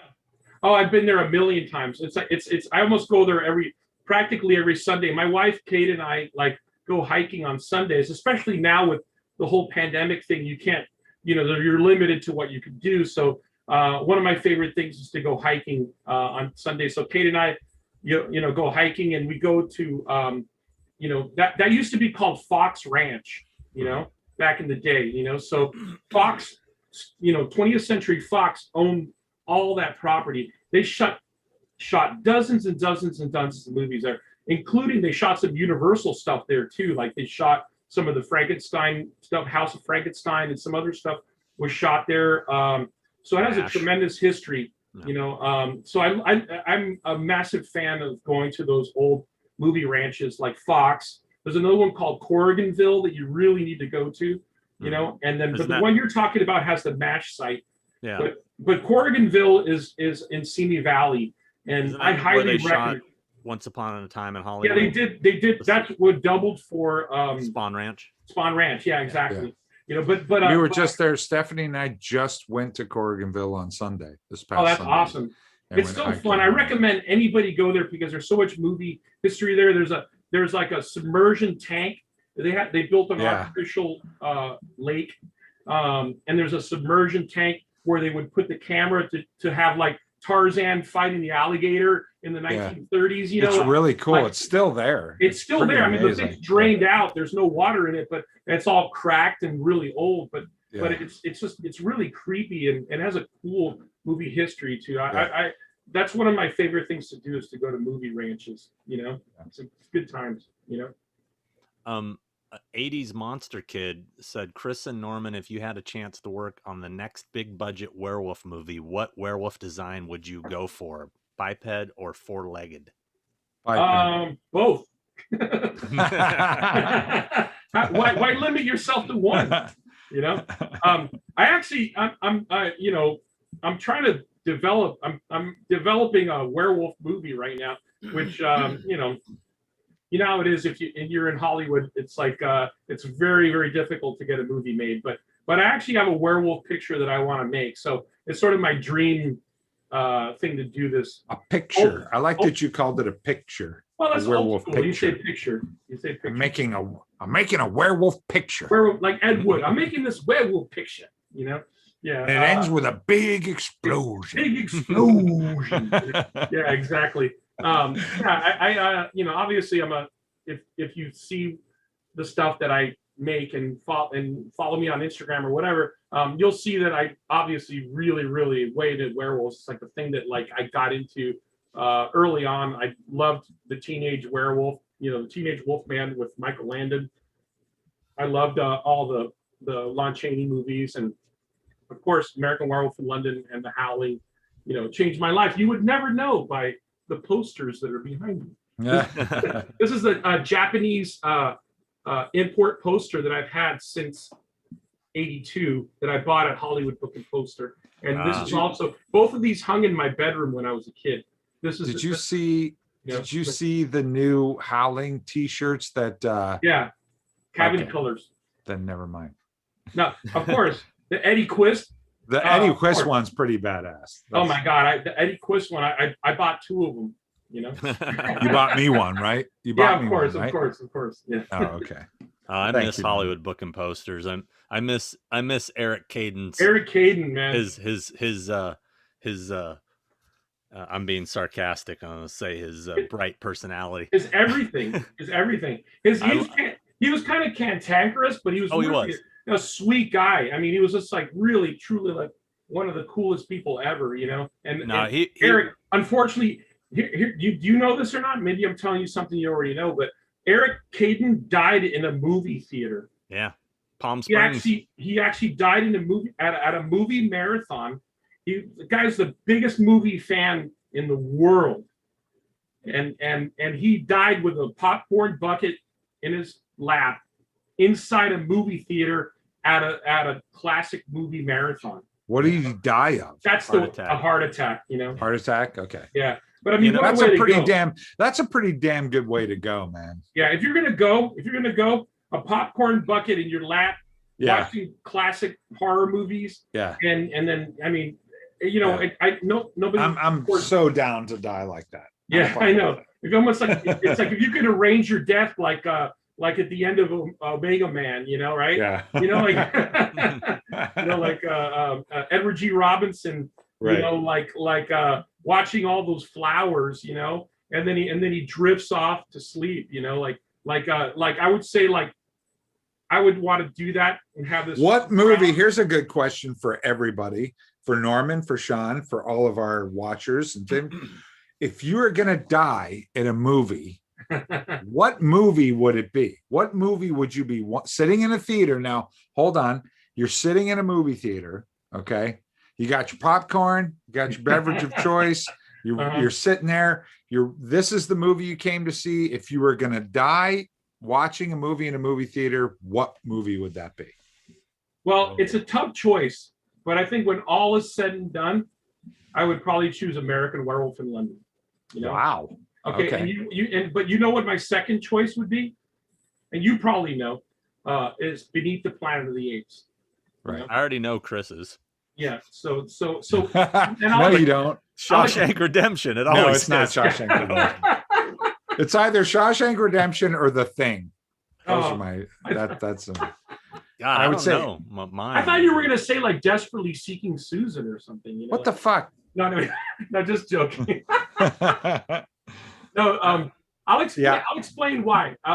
Okay, the reason why I chose, and I knew that about you, Chris, of course, because I know you very well. I know why you would choose that movie. But the reason why I would choose American Werewolf over Planet of the Apes is because that's the movie that really solidified my career. You know, right? Planet of the Apes started the obsession, but American Werewolf solidified it. So it would probably be American Werewolf. You know. Yeah. Sean, you're it's your game. Fuck, I don't know, man. That's tough. No, you have to answer. You have to answer. Well, I mean, my answer would be the very last Star Wars movie, and when I say that, I mean the very last one they make. So I want to make sure I see it. No, okay. Well, that means longevity. In other words, Halloween Part 39. I don't know. Probably something like Dazed and Confused. Oh, that's a good one. Just because I think in those final moments, I would want to have that sort of nostalgic melancholy, take me back to a time that really made me happy, you know, being a kid in the 70s. It's a very esoteric way of approaching it. I get that. That makes sense. I wouldn't want dark and gloomy like Chris with The Thing, two guys sitting on freezing to death. I don't know, man. I'm down. I mean, I love Dazed and Confused, but I'm down with The Thing, man. You know, like, I mean, The Thing was so, you know, earth shattering, you know, right? I mean, it really was. It's like The Thing, you know, The Thing was you know, obviously everyone knows the story who's in our little world of fandom, you know, but, you know, Rob Bottin was Rick Baker's protege, you know, and then he did this movie, The Thing, which is like, pretty groundbreaking, man. I mean, it's not pretty it's groundbreaking. Let's remove but all did that. he Other win an pretext. Oscar for it? You know, yeah, but you know, well, all He right. should have. President Company accepted. You know, I know Chris won an Oscar, but it's not about the Oscar. It's about the longevity. You know, it's about will somebody be caring about your movie nearly 40 years later? And you know, the thing, yeah, it's 4 years later and everyone's forgotten why I won one. So. I mean, like I said, present company accepted, but the thing, ironically enough, okay, was hated when it came out by the vast majority of people, you know.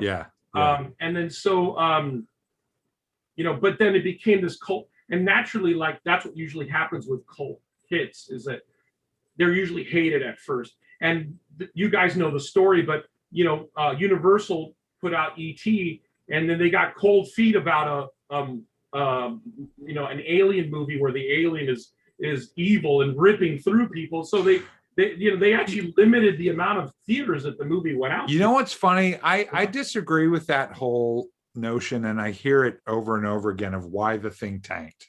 And it's because nobody wanted to see an evil alien ripping people apart and copying them. I disagree with that 100%. I think the reason why it tanked was because it didn't have what American Werewolf had, and it didn't have what E.T. had, and it didn't have what Star Wars had, which it all came out around, you know, a little later, Empire, whatever. It's because the thing was a all male driven film with no female presence, no love story. No, there was none of that kind of arc. There was none of that where you checked all the boxes. You got to have the girl, you got to have the guy, you got to have the love story, you got to have none of that was present in the thing.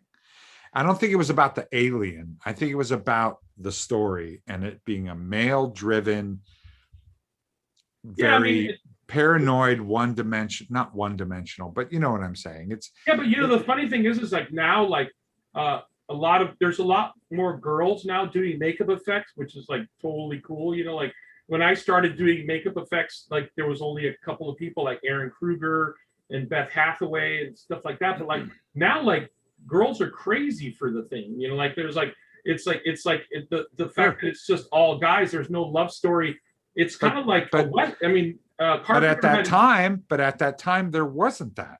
You said well, it yourself. That's why it was ahead of its time. You know, really. Absolutely. I think so. I would say I agree with you in that sense that it was ahead of its time. It wasn't ready for mass consumption, I suppose. You know, like it wasn't. People weren't ready to handle that. Yeah. So yeah, I would agree with that. Yeah, for sure. Yeah. You know, nobody was ready for a big homoerotic fantasy with a bunch of old men. You know, I mean, manly tentacles. Where a bunch of men absorb each other and become one. Yeah, but the movie is genius. I mean, it is genius. I've probably watched it. I've lost count. It's one of those movies that I've lost. You know, it's funny. I woke up early this morning. I couldn't really sleep, so I woke up, popped the TV on, and the Thing prequel, whatever the one they made in 2011 was it or something, the one with Joel Egerton, the one ADI did, was on, and I hadn't seen it since it came out, and I was like, I'm gonna sit and watch this, and holy shit, like I just kept thinking the people that made that movie are you even fans of the John Carpenter one? I don't want to get on the negative tip, but no. I'm not. It's not what I'm saying, but you know, terrible, absolutely terrible. You know, absolutely. It's no Psycho Gorman though. Yeah, I know it's true. It's no Psycho Gorman. No, but you know, it's a movie that there's a term called polishing a turd. That's what they were trying to do with that remake. It was like, I'm really good at that. Actually, it's like just keep polishing. You know, I won an Oscar for polishing. What? You said it first. Oh, wow. Nope, I didn't. C. Gomez said, "Hi Norman, did you ever keep the werewolf mask from the second part It TV movie? Is that it? You're looking at it right there. I guess that's why they're asking. That's the mask from the original It TV series. That's the Michael Landon werewolf mask that I made. So Do you know that Still Sean too right much. now is Sean's head's like yeah. So I'm not going to put it off the shelf or any of that stuff, but that is you know, the original mask. I still have it. So I did that. I did that movie with Bart Mixon, you know, and Bart, you know, is like one of the coolest guys on the planet. Bart is he like, is. and you just worked with Bart, right? Actually, just recently. I did. Bart just helped me with the makeup in Australia. He was there Yeah, with me. So yeah. Yeah. But so anyway, Bart is a guy that I knew, you know, in the circles of stuff, you know, back in the 80s. And then he started to do his own makeup effects. He was running the Fantasy 2 makeup effects shop, you know. And then he called me. He's like, hey, do you want it? I have this thing that's like right up your alley.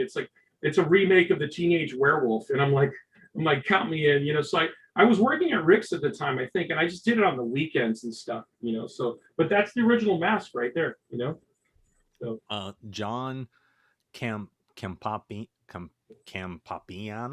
Yeah. Okay. Wants to know, Norman, can you share some highlights of working on Scarecrows? Oh, I absolutely will. Can I take a 1 minute break? Yes. Just a quick 1 minute break. Go ahead. Thanks. Take a pee. Yeah. While he's stepped away, yes, sir. I will say I just saw the new Wrong Turn. Another remake, or I guess it's the only remake because they've done like 50 of those fucking Wrong Turn movies. I didn't even know there was a new Wrong Turn. Yeah. I like the original better. But I thought this was actually pretty good. It was an interesting, different take. It was fun. I enjoyed it. I actually enjoyed it. How many of them are there? I think there was at least 6, wasn't there? Like 6 Wrong Turns. Fuck if I know. I only saw like the first 3 and I tapped out. I like the first one quite a bit though. I like the first one. I tried to watch Clarice. Have you tried watching it? I have not. I didn't know it was on already. They're 2 episodes in. Okay. No. Really? No, first off, they bait and switch you because they promoted the Buffalo Bill thing. Right. But the Buffalo Bill thing already happened, and you just see little flashbacks of like when it bothers her. And it's like, are you serious? Really? Oh, so that had already happened in this new series? Already happened? Oh, yeah. Okay. Did you watch that, Norman? Clarice, have you seen it? Clarice? No, I haven't. It's what's the deal with that? Not a fan. It's not very good. In fact, it kind of reminds me of a weaker version of Prodigal Son, Tom Paine show. Okay. And it's like she's doing a really bad Jodie Foster impersation. She looks, I don't know. And that sort of stuff bugged me too. Yeah. You know? Yeah. I'm going to address a couple of these. Go for it. Just shout outs. Let's see. Is there an HBO series? Oh, shut up. What? What is it? What is it? Is there an HBO? Somebody said, is there an HBO Max series of Officer Francis coming soon? Mark, I hope so. No. What? No, Mark. Did you get But Gabriel? There should be, because it'd be damn funny. And I'm going to have Norman in it and Sean in it. Yeah. And we're all going to play cops. And we're going to have a good time. Bart Mixon's Monster Fixins, says Bart Mixon's Monster Fixins, man. That was the name of the comedy. I love that name. Did you get Gabriel Johnson's? He threw down $10. Did he? I'm pretty sure y'all know about this, but have any of y'all, I guess he's really letting us know he's from the South. Any of y'all ever read George Romero's Day of the Dead original script? It was supposed to be a 3-hour movie. I have not read that script. Yeah, it was supposed to be called Army of the Dead originally. Yeah, you know? I thought it was Twilight of the Dead, but I could be wrong. But I know I haven't read the script, but I remember it was originally supposed to be called Army of the Dead, but it got changed. You know. Yeah, he had, if he'd have just stuck to his guns, we would have had some really cool dead movies. There's a lot of people chiming in about what movie they would die. Yeah, I'm reading that. I'm reading a lot. There's so many. Scarecrows, right? Scarecrows. Somebody asked Scarecrows. Yes. That pops up a lot, Norman. Scarecrows. It's crazy. Yeah. Return of the Living somebody Dead. did ask you about Scarecrows. I should probably answer that question. We should. I'm gonna go get a slice of pizza. Okay. because I ordered a fucking pizza for this exact thing. So Yeah. I'm gonna grab a beverage. You start Oh, talking about well, then Scarecrows. Go, Norman. I'm not Okay, leaving okay. him here by himself. Yeah. Norman, tell me about Scarecrows. All right. So we had a question about Scarecrows. All right. Sean's going to go get his, he'll be back. I'm on pins and needles about Scarecrows. Yeah. Hold on a second. I first of all, cheers, everybody. Thanks for I'm hanging out of beverages. Well, when you come back, we'll do another cheers. I was going to go get a refill. Well, Sean bum rushed you. He did, motherfucker. He does that all the time. But to answer the Scarecrows question, Scarecrows was an absolute blast to do. You know, it was really fun. What was the budget of that movie? Oh, the budget for the whole movie was originally $150,000. Oh my God! Yeah, wow. and they shot, and it was shot on 35. Okay? Oh wow! Yeah, okay. And here's the crazy thing: the DP on Scarecrows is Peter Deming, who went on to shoot all of Sam Raimi's movies, including Army of Darkness, including you name them. He's so Peter Deming. One of Peter Deming's, first movies on as DP was Scarecrows. Right. So he became, and I think as far as I know, he's still Sam Raimi's main DP. But Peter, there you go. Wow, now that's service, man. Yes, indeed. That's awesome. Love it. Thank you. Yes. Thank you, lovely. Good to be Chris Nelson. I know. but wine. Yeah, I know. Go ahead. I got a little stash of beer over here to the side, so cheers to that. There you go. But anyway, but Peter was the DP on that, and it was all low budget. It was all like, I got paid $250 a week, to work on that. It was as low budget as it gets, And would you say, not to interrupt you, hold that thought, would you say that's probably one of the best times you've ever had on set, being paid that little and rushing it through? Probably one of the best times you've ever had. I would say yes. Because everything was still new, and we shot it in like the mosquito infested swamps of the Everglades in Florida, and it was this camaraderie, kind of thing that was going on. And they hired a lot of the people from the University of Florida Film School, and and it was like a guerrilla style filmmaking. It was shot in Davie, Florida. Oh, look at that! You got your pizza, nice. But Scarecrow, it was a blast to do, and I did all the work myself. I had one guy named Brian Voigt, helping me, who was just a kid that came out and just worked for free. I was getting paid $250. They couldn't pay for an assistant, obviously. So were you paying him out of your $250? I think that he contacted, if I remember correctly, he contacted the production and said that he wanted to work on the film. So they just hired him, and they asked him, well, what department do you want to work in? And he said makeup. So they handed me him, and Brian, this kid ended up being really cool. I have no idea what became of Brian Voigt, but he's a really cool kid, and he busted his ass and got stung with shitloads of mosquitoes like we all did, and and I was living the dream. I was 19 or whatever, going on 20, and I had I missed that. Damn, I was making $250 a week. And I think I had $3,000 for materials, and I was like, "Wow, I have $3,000 for materials," And so I did all the effects for that, So that was fun. And how long were you on that?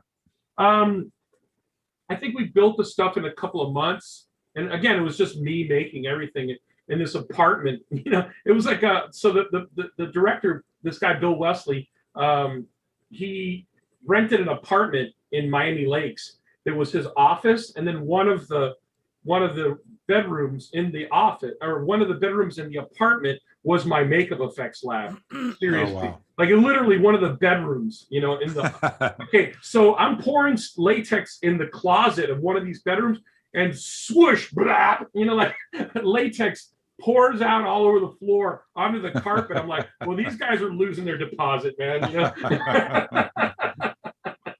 you know. But that was a hell of a lot of fun. It was good. And then after I came to LA right after Scarecrows, and I had already been in contact with Rick Baker through correspondence and whatnot. And then so I got hired by Rick right after Scarecrows. But then subsequently, Scarecrows didn't get released ultimately till 2 years later, because it took them a while to get a distribution deal on VHS and all that kind of junk, you know. Right. Yeah, but that was good times. You know? Slasher 216 wants to know, or says, Norman, the Ghastly Ones are the best. Any chance of doing another album? Very highly unlikely. So I know I get asked a lot about the Ghastly Ones, and you know, we did that song with Rob Zombie, and you know, and all that kind of stuff, and you know, I'm extremely flattered that people still love the Ghastly Ones, and it's kind of become like a cult sort of band, you know, in a way. So and it's kind of cool to go to like Knott's Berry Farm, you know, for their Halloween haunt, and they're blasting the Ghastly Ones over the PA system, you know, like at the Halloween haunt, you know, at Knott's, you know. So I mean, I love it, and it's really cool. But the thing is to do I know a lot of people think like, oh, just do another album, but to do a band it's a tremendous amount of work, and it's a lot of writing songs and rehearsing, and you have to, you know, and you have to pay for all this stuff, and now everybody gets stuff for free anyway online, and so you can't, it's almost impossible to recoup your money, you know. So but anyway, long story short, it's really hard to divide my brain into two aspects, making monsters for movies and playing music, and I love them both probably equally, but one clearly makes me you know, pays the rent, you know, so to speak, right? And the other one is something that I do more for fun. So it's very difficult to do a band, to be honest, you know. It's really difficult. So not to be a buzzkill to people, fans of the Ghastly Ones, but it's really hard to do a band. And ever a chance for a reunion show of some sort? We've been offered a lot of that stuff. We actually had a promoter in Mexico who offered us quite a bit of money to come down there and play, but it was right before the pandemic, you know.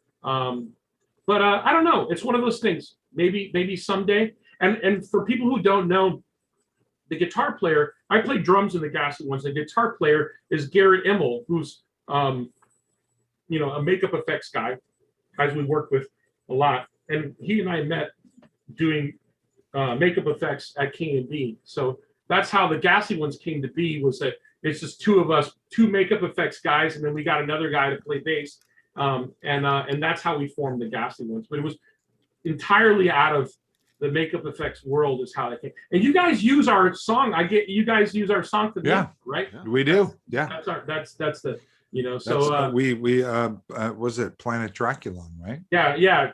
Target Draculon, yeah. Target Draculon, yeah. We used that. Remember, I got your permission. You did. That's right. Well, yeah, I love the guests. I've royalty seen the free, ones. as a matter of fact. Royalty free, by the way. Not that we're making any money off that. No, I know. But I've been asked so many times of like, have you ever seen the Ghastly Ones? I'm like, God, I only 3,000 times. Only 3,000 times have I been to your shows. you come to some of our biggest shows too, like our Halloween shows back in the smallest. And the smallest too, and where you've been to every show, like our Halloween shows where we would get like 300-400 people, 500 people there, you know, and to the shows where there was 20 people watching us play. So you've run the gamut of witnessing the Ghastly Ones, you know. That's right. I've been to quite a few myself. Yeah, I saw you guys at least a dozen times. Oh, that's rad. And I own every record on vinyl that you guys have ever put out, 7 inches. You know, I got the. Very cool. Some of those are very expensive now. Oh yeah. It's weird to look on eBay and somebody's like, "Hey, your record's selling for like $200," and I'm like, "What?" You know. So, but it's a cult. You know, it's a cult world. It's a very small microcosm. You know, and we're really grateful for it. You know, it's you know, cult stuff is the stuff that I grew up on. I like mostly more cult. I like the cult world. It's oddly enough, I like. If it's non-cult, it's got to be non-horror.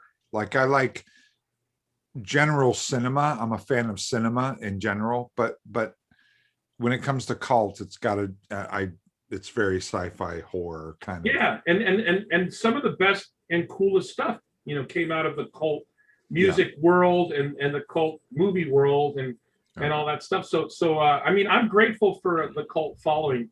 It's just with the band, it's more effort than you think. It's not as simple as just getting together with a bunch of guys. I know I've jammed with Chris, and I know that people out there that have bands realize that it's a tremendous commitment. It's like having 4 girlfriends. Yeah, I've said that so many times. It's like being in a relationship, like a hardcore girlfriend or boyfriend relationship, but it's 4 people. You got to keep everybody happy. And then I've kind of become the de facto manager of the band, a de facto art director of the band, and all that kind of stuff. So it's a lot of pressure and it's fun. And trust me, I'm not putting it down in any way, but it's not something right at the moment that's going to happen. But hey, you never know. I really appreciate the Ghastly Ones, the cult, Ghastly Ones audience out there that still want to hear us.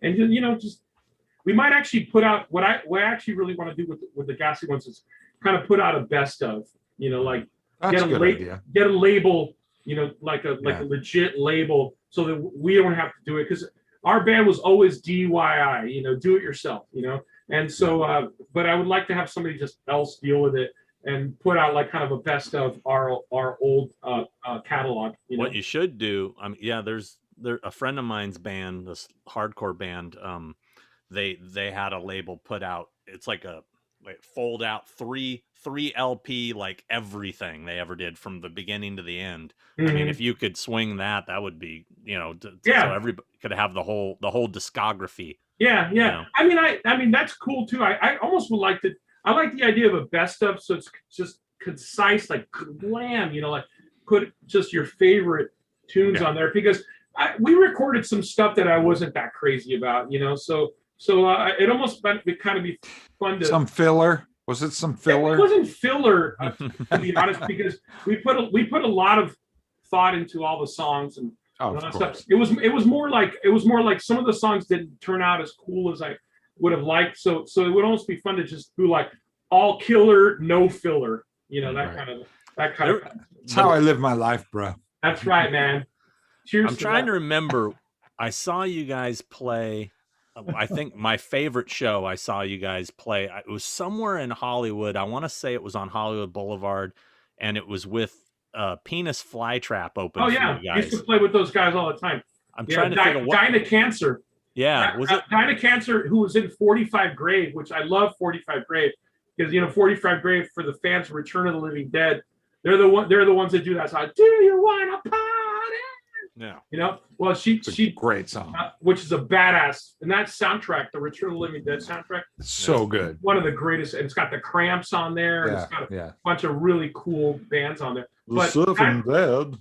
Yeah, that's right. And so Dyna Cancer was like really a super cool chick, and she did this band called Penis Flytrap, and she was the lead singer, formerly of 45 Grave. And Walter Phelan played drums. Yeah, Dr. Satan. Walt. That's right. Walter, and Walter is another super cool monster performer guy. Yeah. But anyway, I love Dyna Cancer. Dyna Cancer. Okay, here's another connection. Dyna Cancer is in Fright Night 2. Okay, when she's burned, the Regine or whatever her name is, when she's burned up, that's Dyna Cancer in that suit that Bart Mixon built. So she got a little monster movie cameo as well, So, but I saw her at a film festival about a year and a half ago, and it was like a Dario Argento film festival. And I turn around and there's Dyna Cancer. I'm like, it was so nice to see her. I haven't seen her. Such a great name. Yeah, it is. And she's really totally badass. I mean, she's one of those people that I feel that kind of like 45 Grave probably should have had a bigger, a broader spectrum of fans, but they're probably one of the best known cult bands, so to speak, So, but that's Mike Wells just said, "Great to see you live again," and threw down $20 at us. Thank you very much, man, Mike. right on, appreciate dude. that. Thanks for that. Oh, I didn't realize that John I can't say your name. Campopiano. Yeah, that guy.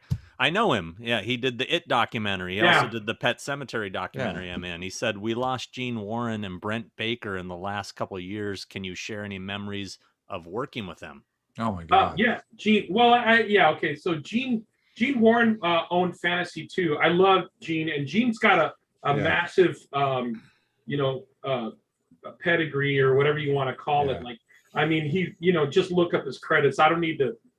I worked for Fantasy too. I worked for Gene Warren for years. And I mean, they did amazing stuff, and his company, they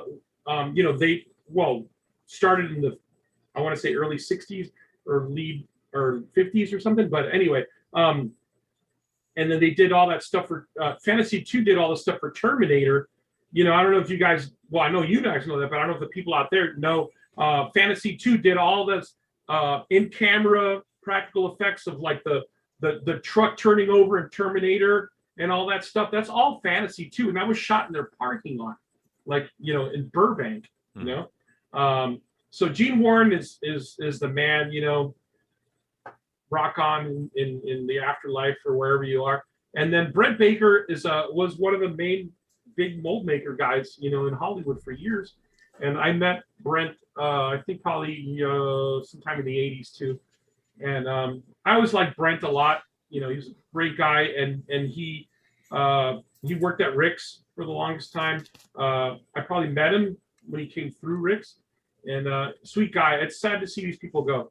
And but while we're on that, Matt Rose, cheers to Matt Rose, wherever you may roam, and cheers to Matt. Cheers to Matt Rose. Cheers to Brent. Cheers to John Beekler.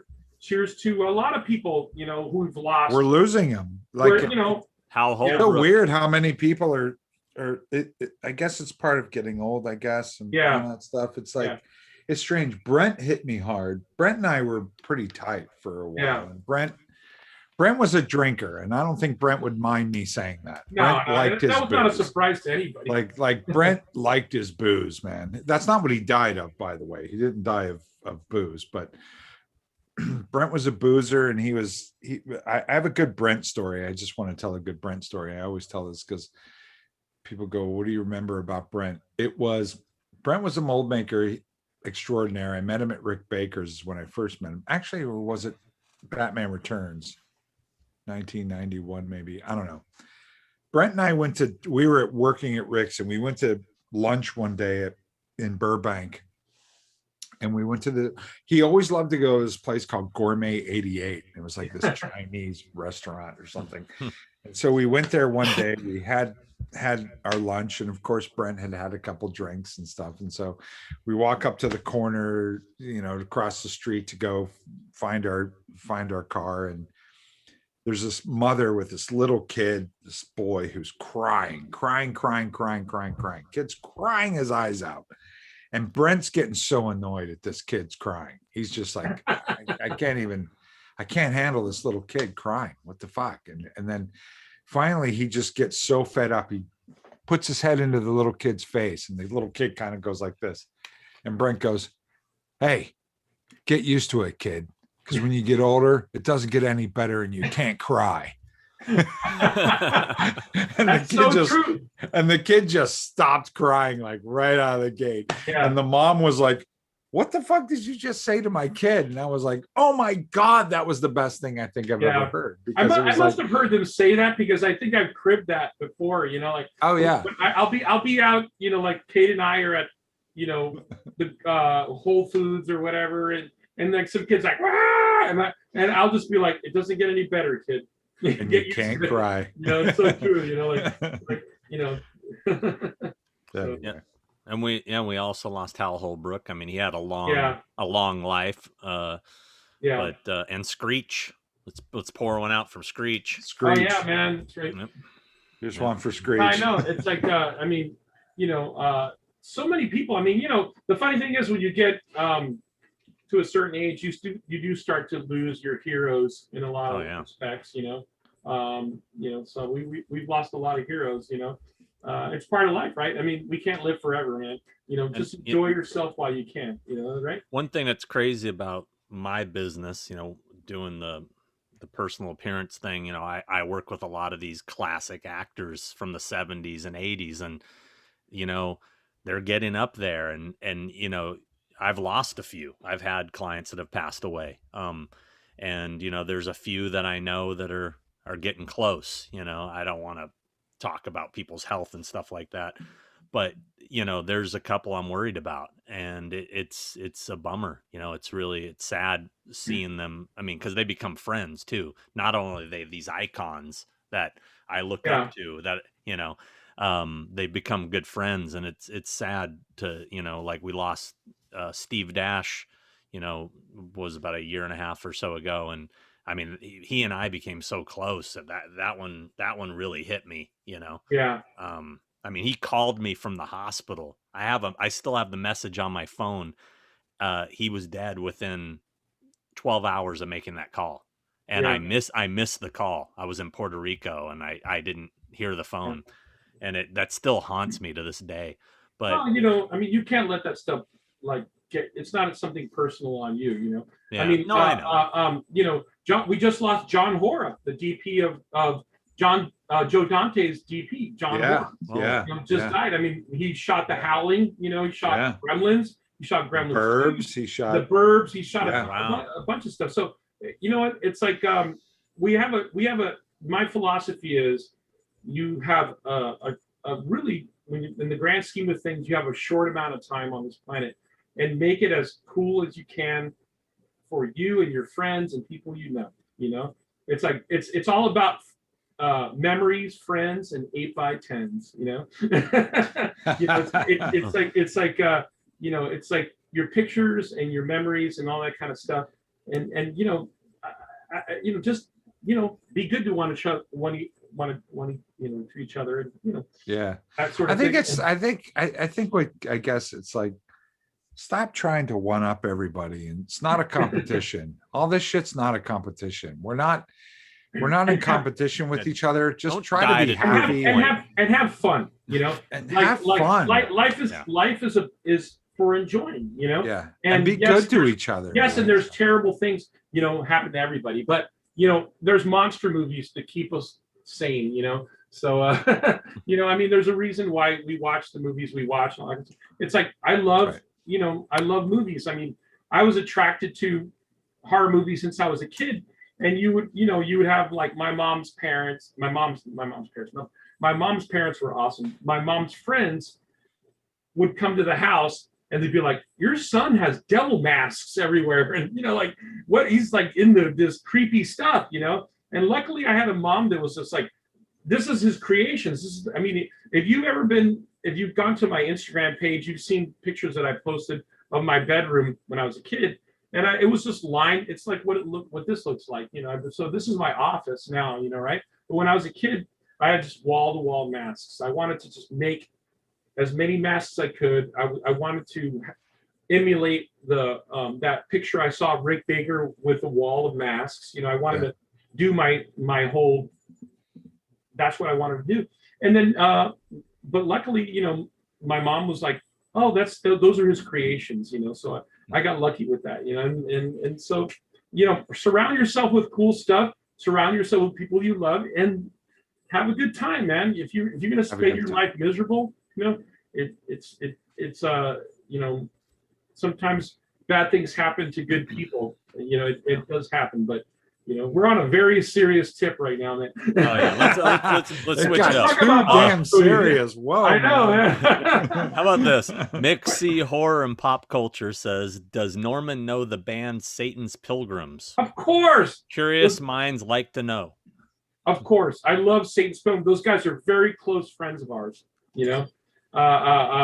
Satan's Pilgrims, Ghastly Ones and Satan's Pilgrims played a bunch of shows together. And Satan's Pilgrims are from Portland, Oregon, and they're like the premier, like kind of modern surf, you know, spooky surf kind of thing, you know. And I'm not only friends with them, but I'm also fans of theirs, and we played a bunch of shows together. I love Satan's Pilgrims; they're great, and they really got a really excellent, authentic sound, you know. So Emilio Lopez wants to know, do you have a store where you sell your busts or sculptures or anything? no, I don't have a store. What I do is because what I normally do is like Chris, like we work on movies, like it's like so. But what I do when I'm on my downtime is I'll sculpt masks and I'll just put them on my Instagram page, and they're purely collector's masks. They're not something that I'm trying to sell like thousands of copies of or anything. It's just a collector's mask market. There's this really cool show that we do that's every year. They didn't do it this year because of COVID, but it's called Mask Fest, So if you guys don't follow Mask Fest, you should. And so I've had Chris had a booth at Mask Fest, right? And you're talking about the one at Horror Hound? Yeah, that Horror Hound, okay, exactly. Yeah. So I just make my masks, and if I post them on my Instagram page, if somebody wants one, I'll sell them one, but they're not like mass produced items. There's something that I do one at a time. So long story short, I don't have a store. I just on my downtime, I'll make some latex masks and I'll put them up. It's like a limited run only for collectors kind of. It's a collector's market kind of thing. Yeah. And if people understand the collector's market thing, it's not like you're going to the Spirit Halloween store and you're buying a mask for $75. It's like that's not how it works, it's a collector's mask. So if you're serious about it, and you're a collector if you're a mask collector, then people usually hit you up and they're like, how much for this? And then you tell them, that sort of thing. So but I love making masks. Mask making is my first passion, like I got obsessed. Yeah. Look behind Chris, you can be like, and look over here. I got a bunch more over here that you can't even see. There's those two Norman did. That one Noah did. Yeah, that's right. That one I did. Yeah. That one I did. That one I did. Yeah. But yeah. I mean, latex mat. There's something really cool and very like basic and awesome about making a latex mask. It's something that I was way into as a kid, and I'm still into it. Like if I go into my shop, in the garage, and I'm like, I'm going to sculpt a mask. I mean, I might as well be 17 again, because it's like this kind of like, passion that keeps me going, A lot of people are asking if any of us have listened to Lost Themes 3 yet, the new John Carpenter release.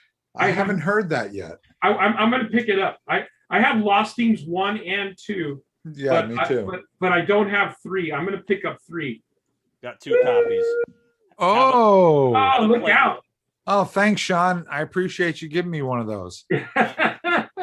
Different colors, bro. Got to have both. Yeah. It's like you're always looking out for yourself. Here you go. Hey, I got you. I'll give you one of the download cards. Oh, thanks, buddy. John Carpenter, man, as you guys know, I'm sure. I'm just a massive Carpenter fan, and I love his music. I mean, I love that whole synth thing, for people into that synth world, like I love that there's like this kind of resurgence in synth, soundtracky stuff. Like I love Laserhawk, and Laserhawk's awesome. All those bands that are coming out now, that have been coming out for a couple of years. There's one that I want to highly recommend. They're called Umberto. Do you guys know Umberto? No. Mm-hmm. Oh man, you got it. Umberto. Umberto. Umberto. And it's just this dude. I don't know what his real name is, but he does really, his stuff isn't as synthy pop. It's more dark like Lucio Fulci, but it's all very, very synthy. So if you want to hear some really badass like hardcore horror synth stuff, Umberto is the man. He just put out a new record too. So, but I love that retro wave, synth stuff. It's like fantastic. I really like the stuff that his son is bringing into it. Yeah, that John's son is bringing into it with the guitars and the I think he's really bringing another.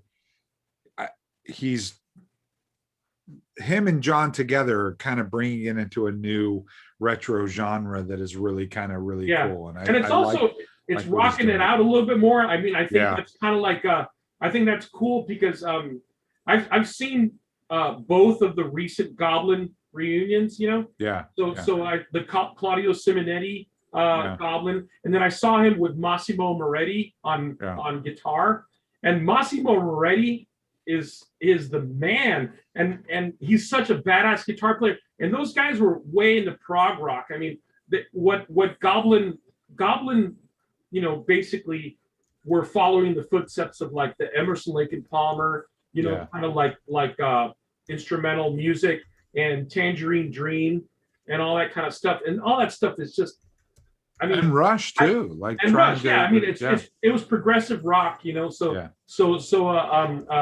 You know, progressive rock was like a big thing in the late 60s and 70s, more so in Europe than in the US. US didn't get prog rock really that much, you know. It was probably over the heads of US audiences in the early 70s, you know. Out here, you know, we had you know, UFO, and you know, you had rock and roll music. I keep going back to the US Festival with "Fight the Good Fight Every Man." But Triumph, right? Triumph, man, Triumph is badass though, man. Yeah, I mean, I love Triumph. You know, like I mean, you know what? Hey, poor man's Rush. People, but not really though. Not really though. I know. I'm just they're a three-piece from Canada. I will beg to differ.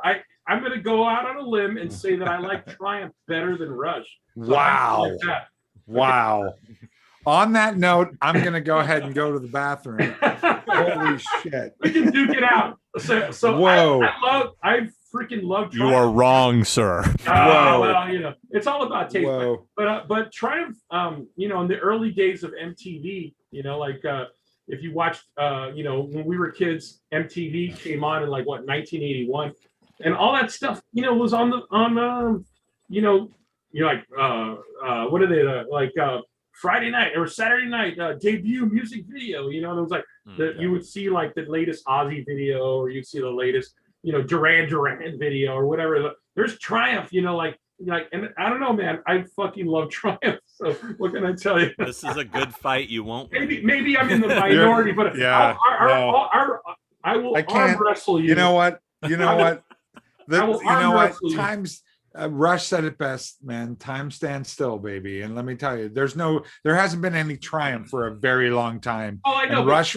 And Rush was around all the way up until near Peart time. So this is such the classic easy. Like high school rock. It so is. Argument, it so is. We're actually in a prog rock argument. Right? I know. Well, but by the way. So here's my take. I love that first Rush record. I know you get fucking Triumph. I love Rush, but I don't know. Triumph is just Triumph. Come on, man. Smoke machines, man. You know. Come on, man. So anyway, I'm reading Neil. I love it all, man. I'm reading Neil Peart's book, Ghost Rider. Have you guys read this book? It's fucking amazing. I saw the Nick Cage movie, but I haven't seen it. No, it's not that. It's the book that he wrote about after his not to get deep and dark again, after his wife and child died, and he went on a motorcycle ride that took him like 55,000 miles, where he just had to figure out what the fuck is his life all about. And I'm telling you, it's a really inspiring book. And this is not a dark thing. It's actually quite an inspiring thing. You should read this book, because it's amazing how someone's life can go through so much turmoil, and he himself figured out a way to find light and find a life. That's how you do it. You know, you find, you know, bad stuff happens to everybody, but you find your path. You know, you find a way to get through it. You know, it's like that's really the bottom line. You know? Pretty amazing. Can I go to the bathroom now? Yes. You guys talk. He's gonna go to the bathroom. Okay, so Sean, hit me with some shit, man. What are people asking him over there? Well, I want to point, when we're on the topic of the synth stuff. I just want to plug a friend of mine who, I don't know if you've ever heard of a guy named Dan J. Schulte.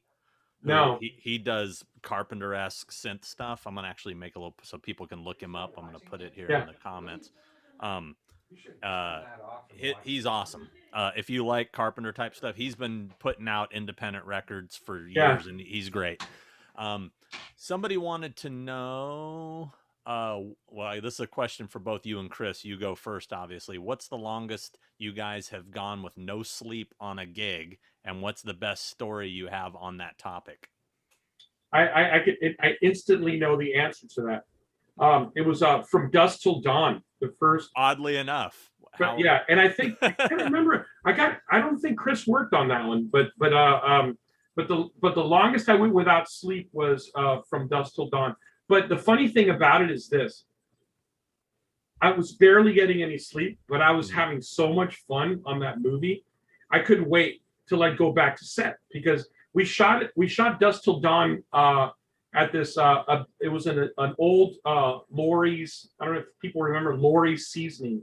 It's like a seasoning, like where you sprinkle on stuff. But there's a company called Lori's. I don't even know if they're still in business anymore. But they had a seasoning plant, a massive plant in LA that they turned into sound stages. They left the place and they turned the whole place into sound stage. So that's where the Titty Twister bar, like the interior of the Titty Twister bar from Dusk is all at this place. It's right off the 118. It's kind of near Dodger Stadium, and a lot of times we just slept there. Like we were like, do we want to drive an hour home and an hour back, or do we just like curl up in a corner and just sleep in this musty old place, and we did it. It was a blast, Where did they build the exterior of the Titty? The exterior was somewhere out near Palm Springs or something, Oh, okay. I wasn't involved with any of the exterior shots like at all because there was no vampires in the exterior shot, But so we did all the interiors at this Lori seasoning plant that had turned into sound stages. But when you have there's Danny Trejo, there's George Clooney, there's Quentin, there's Salma Hayek. There's Harvey Keitel. On and on and on, and then and you're in a bar, it's basically like a bar type atmosphere, and we're turning all these dancers, into vampires and stuff, and it was, I gotta tell you, it's seriously one of the funnest experiences ever, and I got to do I did Quentin's makeup with Wayne Toth. The Uber Quentin, when Quentin turns into his jaw gets even bigger, and then we did the Salma Hayek, makeup, and Danny Trejo, and then I got to be an extra, one of the biker extras. They got my throat ripped out by Cheech from Cheech and Chong, so Cheech Marin ripped my throat out, and it's like there's a close-up. It's like a 2-shot. So that's the longest hours I ever did on a movie, but it was all pleasure. I mean, I've probably done longer hours on other movies, but I don't remember them as well because they weren't as fun. So that was good. Let's see. I had another question here. I lost it. Okay. Somebody wanted to know what your first mask was that you ever made. The first mask I ever made was I did like a Planet of the Apes, kind of like homage, so to speak. I was obsessed with apes, because of Planet of the Apes and because of King Kong. I love Rick Baker's King Kong, and so I did like a bunch of apes, I actually did I entered a Halloween contest, it was like still 16, I was my freshman year in high school, and I entered a Halloween contest, and I made this mask for me and my girlfriend, and we basically went as Cornelius and Zira, for a Halloween contest, but it was crude, very, very crude, because it was one of my first masks. I was only 16, so I walked through, and these judges completely didn't even look at us, So me and my girlfriend walked by, and her name was Evie, my high school girlfriend, and we walked by, and the judge doesn't even pay attention to us, and we're like, wow, I just spent all this time making this custom latex mask, but I think they assumed that we just bought it, but it was crude, and so we got completely dissed by the judges, even though I made the mask, So. Wow. That was one of my first mask experiences. Boom! I came in right at the right time. You ended that. I'm here. Number 2. Jeez. Yeah. You know what? I'm just saying.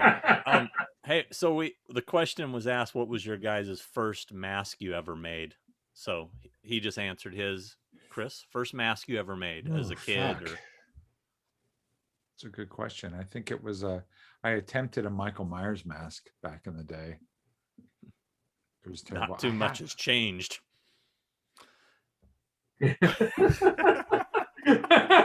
love the look on Chris's face. I can go if you want me to go. I can go. If you guys want to be alone together, I can. Nah. Oh my god. Do you have a picture of that mask? I do somewhere. I do. Yeah. I don't have it with me. Nobody will ever see it. Hold on. You don't keep it in your wallet? Shit. No, I don't. I don't. You know what? I wasn't as confident as a lot of my peers at that time. I wasn't as confident as far as like showing my work. And I'm still not that good at that. I was making stuff and just I lived in such a community where it was so not cool to do that, like we all did, like Norman did, like we all did. But I was much less likely to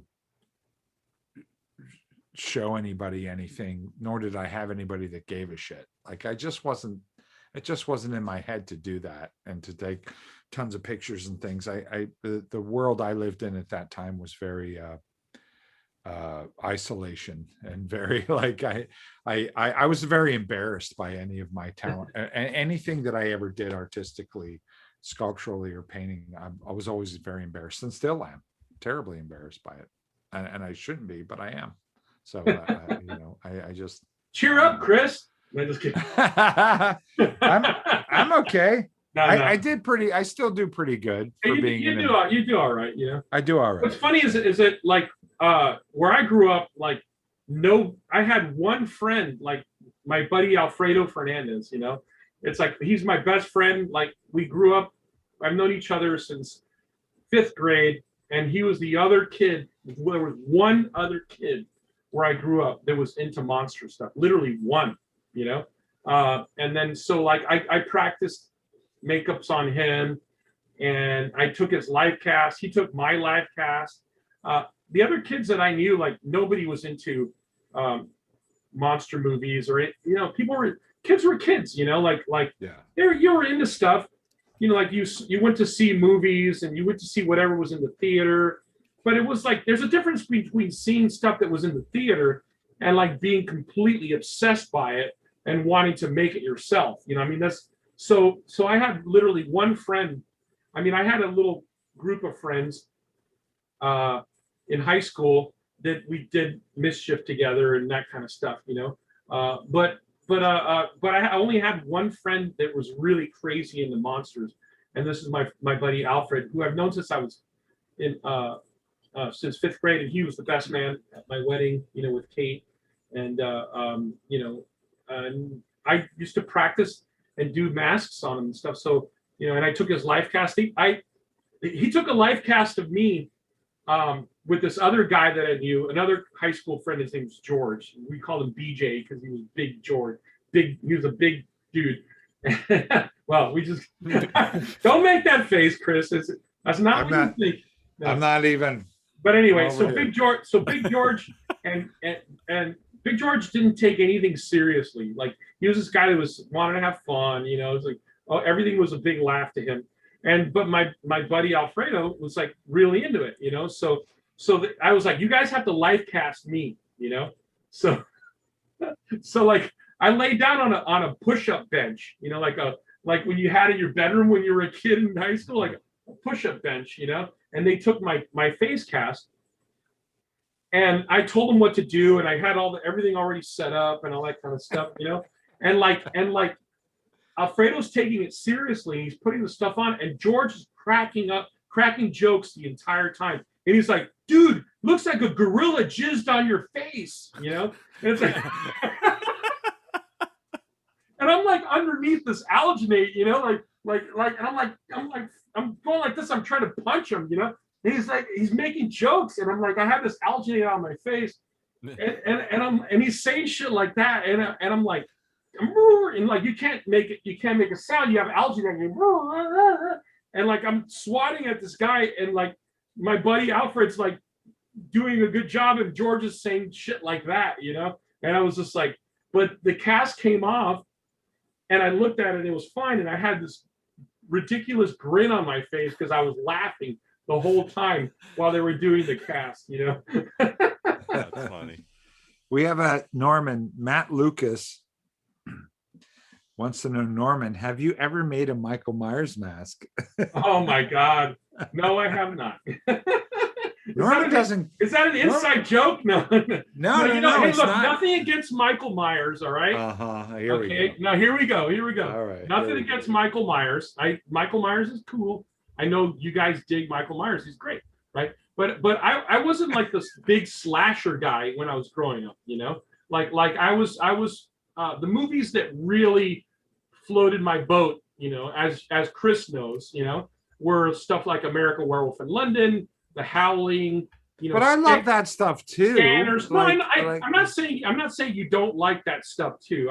I'm not saying that at all. I mean, I actually we had this conversation before, Chris. We did. I drunken by my pool. I know. What's that? I know. At a swimming pool, and I know Sean and everybody else is going to have this collective gas that's going to shut all the power down in LA at the same time. There's no way what you're about to say is top the Triumph thing. So go ahead. Okay. It is not going to trump the I Triumph. did not see Halloween when it came out. I did not see the first Halloween when it came out. Okay, I saw Halloween 2. That's the one I saw first. And then I liked Halloween. That makes a lot of sense now. That makes a shit ton of sense. Yeah. I just told you about my buddy Alfredo. He's like, me and him would see every monster movie that came out. And he went to see Halloween 2, but I didn't see it with him. He went to go see it, and then it was gone from the theaters or whatever it was. I didn't see the first Halloween. I saw Halloween 2, and I liked Halloween 2 because I liked all the stuff with the Sam Hain, like the spirit of Sam Hain and the chalkboard and all that stuff, and I thought that was really cool. I thought Halloween 2 was awesome, And then I later saw Halloween 1, and again, I know this is gonna kill everybody, but I liked Halloween 2 better than Halloween 1. Halloween 1, yes. But then you're wearing the Halloween 3 shirt, and that I really fucking loved. I thought that was great, Halloween 3 is amazing. It's the most outlandish movie of all time, Like they literally bring Stonehenge. I remember when I first got the gig for Halloween 2018, and I was so excited. I was like, I got Halloween. I get to make Michael Myers. I got the new Halloween thing. And Norman, I believe you were at my house. We were all hanging out, and I go, I got Halloween. Norman's like, cool. could not have given two shits about it. I'm so excited. Sorry, Chris. And Norman's like, good for you, man. I didn't mean it that way at all. It was more like it's cool. It's a remake. I mean, they've done so many Halloween movies at this point that it's sort of you lose track, So I was like, oh, it's another Halloween movie, but I'm still totally proud of you, man. I mean, of course, it's my buddy, but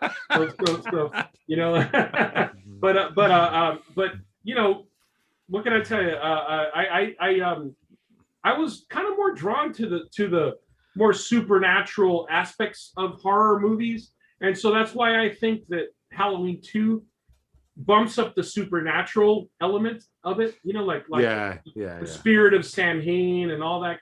I thought that was really creepy, and so I think you do. You're more of a ghost story. Yeah, I like supernatural. I like more I don't like straight up gore for gore's sake or really super violent. But that's what's really funny about slasher movies that people get a misconception of. I don't watch it for that at all. It's not about the gore or slasher for me. That's not what it's about. I guess it's more of I equate it to more like, how people are into like true crime right now. Oh, I love they're that. into, I love into true crime. serial killers and, Yeah. and the Night Stalker and stuff. That's what appeals to me. Yeah, no, and I get it. I totally get it. I mean, I like there's a lot of those movies that are actually rather fun, to tell you the truth, Yeah. I mean, I love the Jason one that has Corey Feldman, Corey, when as he shaves his head and everything. That's part 4. Yeah. Part 4, yeah. Like that's the best Jason movie. like I mean, I think that's, to me, I like it because it's like they show this, he's a monster kid.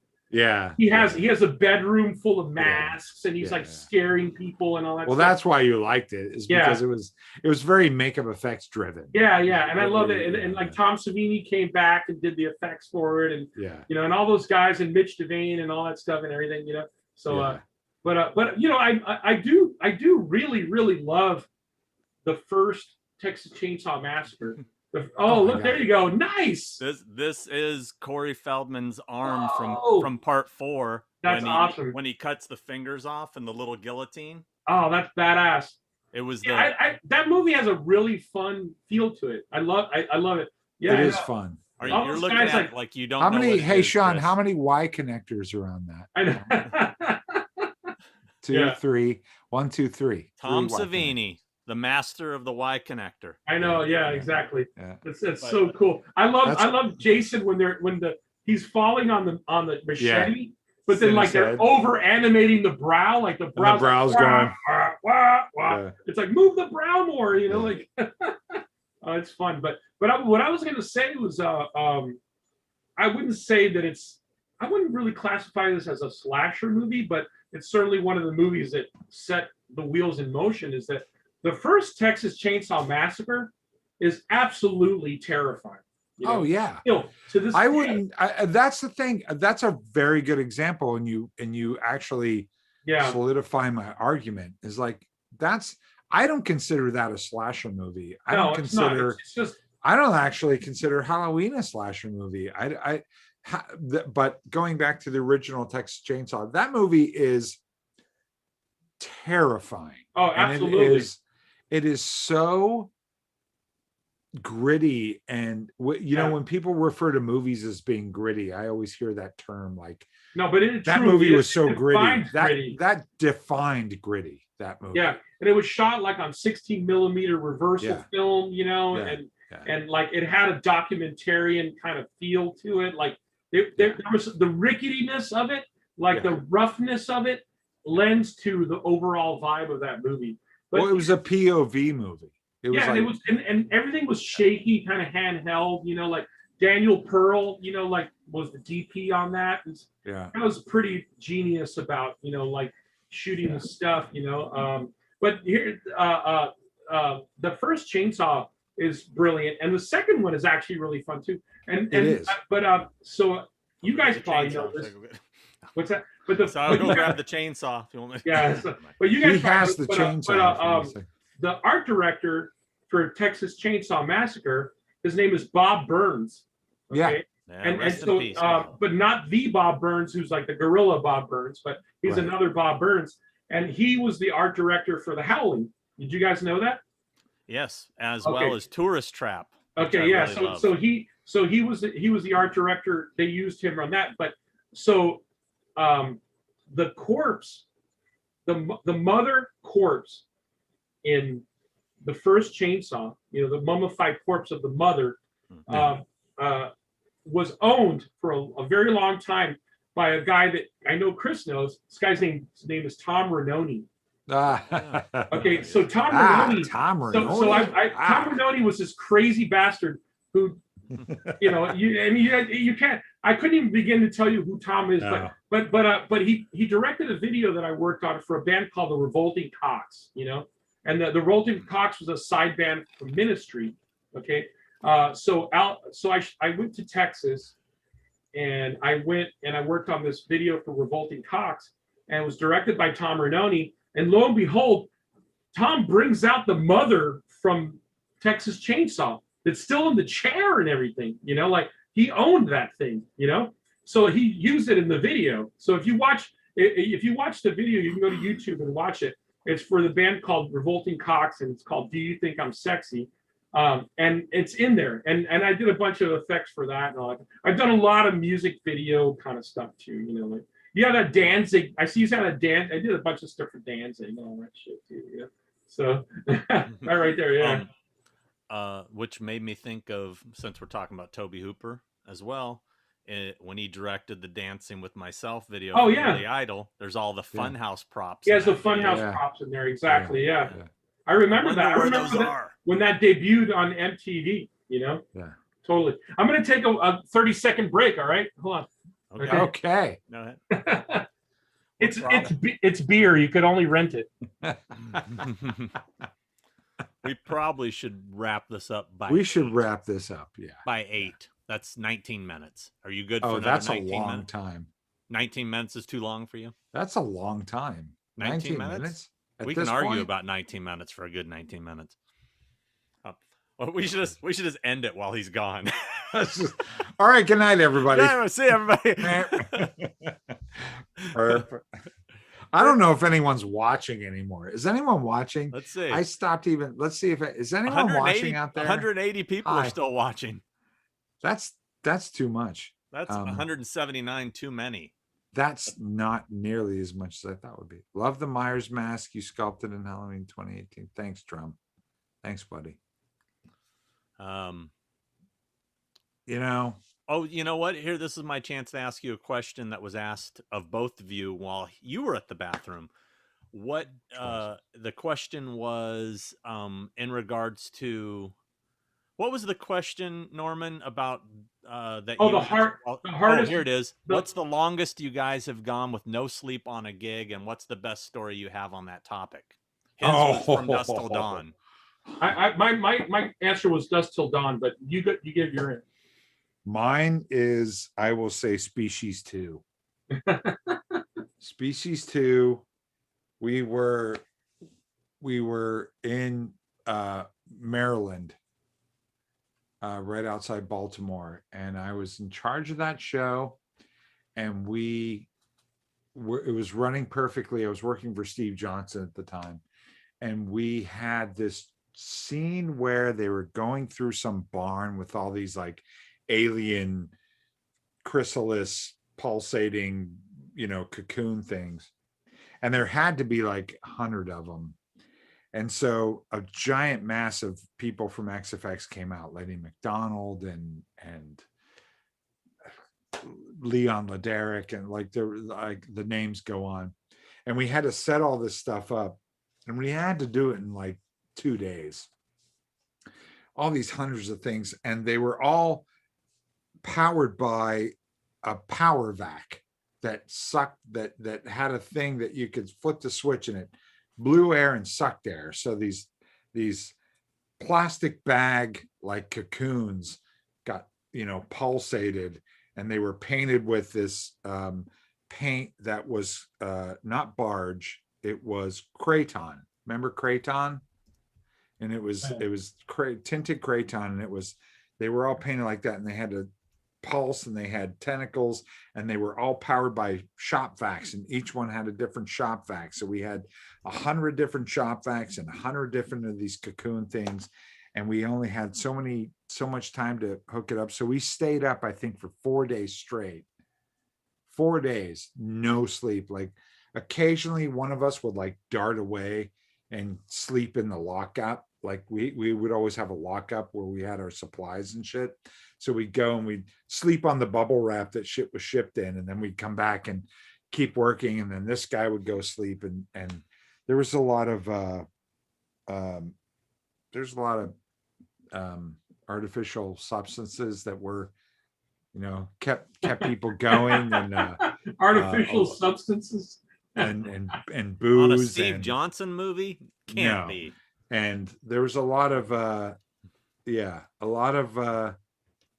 artificial inspiration, I'll call it. And that's so that's an excellent euphemism. Thank you. Hey guys. And so that was pretty hardcore. And sadly, as hard as we worked, that movie is such a piece of shit. It's such a terrible movie.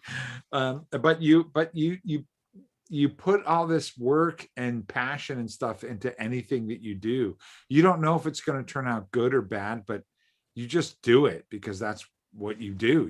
You put everything into it, and hopefully it turns out great and people like it. And occasionally while you're shooting it, you're going, oh my God, this is going to be the biggest piece of shit ever. And sometimes you go, I think this will be great. So that I'd say, does that answer the question? I think it answers the question. So. Did either of you see the trailer for the new M. Night film, Old? No. You haven't seen the trailer for it yet? No. Oh. It actually looks kind of cool. I mean, he hasn't done a movie I've liked in a long time, but this one I saw the new Mortal Kombat trailer, which looks fun. I have to admit, it looks like the old Mortal Kombat, except with better violence, better VFX. I was like, looks exactly the same to me. I worked on that first Mortal Kombat movie. Did you? Yeah. I worked on ADI. That. Was that for ADI? The Goro. I worked on that Goro thing. The Goro thing's badass. That thing's cool. Yeah. Goro's in this one. It looks exactly the same, by the way, Norman. But it's all CG. But it's all CG, of course. Yeah. The Goro thing was like crazy because it was performed by Tom Woodruff. He was on stuff. But he's wearing this big thing that like comes off the top of his head that was actually really heavy. So like, I mean, the weight. I don't even know how the hell he was able to do anything in that big thing, But who was the actor in the suit? Tom Woodruff, he was the co-owner of ADI. Yeah. It was like the Hulk. Remember the Hulk? Yeah. Oh yeah. Steve's. Oh, that's right. Well, I didn't work on that, but I know what you're talking about. Yeah. I was in the Hulk suit for a Hulk movie, and that thing weighed like 200 pounds. Yeah. Well, did you actually appear on film as a Hulk in any film? No, that movie didn't get made. We got about 6 weeks out of shooting, but it was a practical Hulk suit that I was in, and it was ridiculous. It was so cool. Again, go back to I don't want to plug Steve Johnson, but Steve Johnson's got a book and some stuff about it. But there's so much stuff that, it was funny when Norman posted like, we'll tell old war stories about being in shops and makeup effects. It's like, there's so much stuff that we can talk about. It's like, I mean, we're talking about, I started in 85. I mean, what year did you start it, Chris?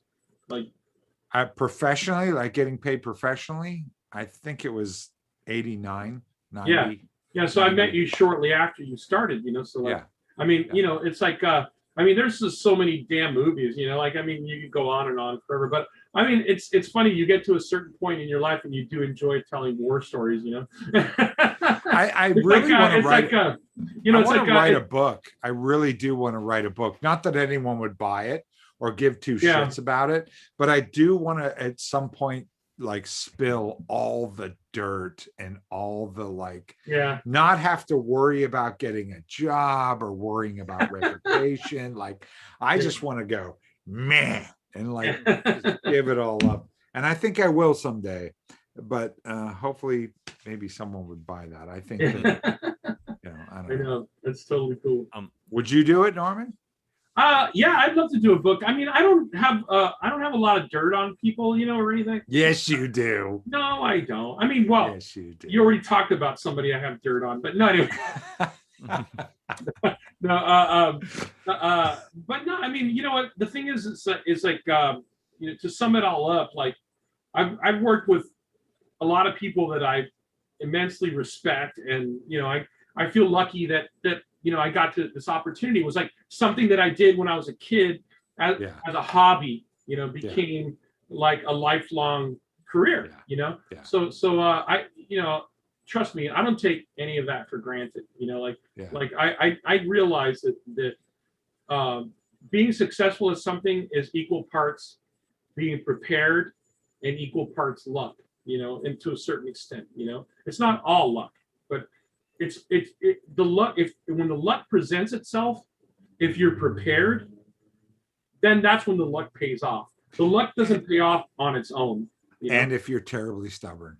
Yeah, and if you're single minded and that's all you want to do, I mean, all I wanted to do when I was a kid was make monsters for the movies, you know. Yeah. And I was very, very tunnel minded about it, you know. And Norman, here's I didn't a have good a question. plan B. You know? Not to interrupt you, Norman, but here's a good question. Sean and I have this ongoing thing on our shows where we call it our "Get Off My Lawn" segment. Get off my lawn, yeah. Where we go, you know, it's something that's kind of like a pet peeve or that we hate, that is ongoing or perpetual in one's life. Do you have like a get off your lawn moment? Something that's bothering you currently? Something that bothers Well, you. I mean, in what respect? I mean, Well, the current state of affairs in the world are bothering me quite a bit. Not We're that not talking heavy. about that, yeah. It's Not that trivial monumental. shit like the guy that drives down the street Okay, more booming to his get off bass your in his lawn, car. kind of stuff. Right. Yeah. Okay. Yeah. Okay. You know, honestly, man, I'm not just to say this, but you know me, Chris. That's not my style. You know, I don't really have the get off my lawn type attitude. Like I you know, I mean, tell me, I mean, as far as new stuff, I mean, give me an example. I'm talking about stuff. I'm giving you an example. Give me an example. Stuff like I'll say my get off my lawn. Those assholes that ride up down your street with like a super loud motorcycle with no muffler on it. You're like, really, dude? What the fuck? Or like packaging, when you buy something, you get it delivered and you open it up and it's got bubble wrap and it's got styrofoam and it's got this and it's got that, you know, or the guy texting during a movie. The guy know. texting during a movie I mean, or something, you know. That's bad. You cannot tell me you don't have a get off my lawn. So. I mean, I do, but I'm having a hard time thinking of it, to tell you the truth. He's so I'm happy in talking to I'm in a us. zone right now. Like I'm in like a happy zone. I can't think of a particular thing, to tell you the truth. It's not a bad thing. It's not a negative thing. It's the things that annoy you know, you. The main thing, okay, if you want to Paper be straws. if you want to okay, if you want to know the honest truth, I'm going to tell you the honest truth. Okay. The number one thing that irks me, okay, and this is the first thing that pops in my mind, is how nasty people are to each other online. Okay. Okay. There you go. So, all right. So if you Get want off to my like internet. if you want to sum it up in one get off my lawn, you know, sort of thing. Okay. I really Give me an example. it really bothers me how utterly nasty and how unrespectful, you know, people are online. So I'll give you one example. It's trolls. Yeah. Okay, trolls. I'll give you one example, and we'll do it from the fanboy, you know, perspective. Okay, so you can, doesn't matter what you post about. You can say, "Oh, John Chambers is my favorite makeup artist," and somebody will be like, "Well, that guy's a fucking blah blah blah blah blah." You know, someone will chime in and say something that will buzzkill you.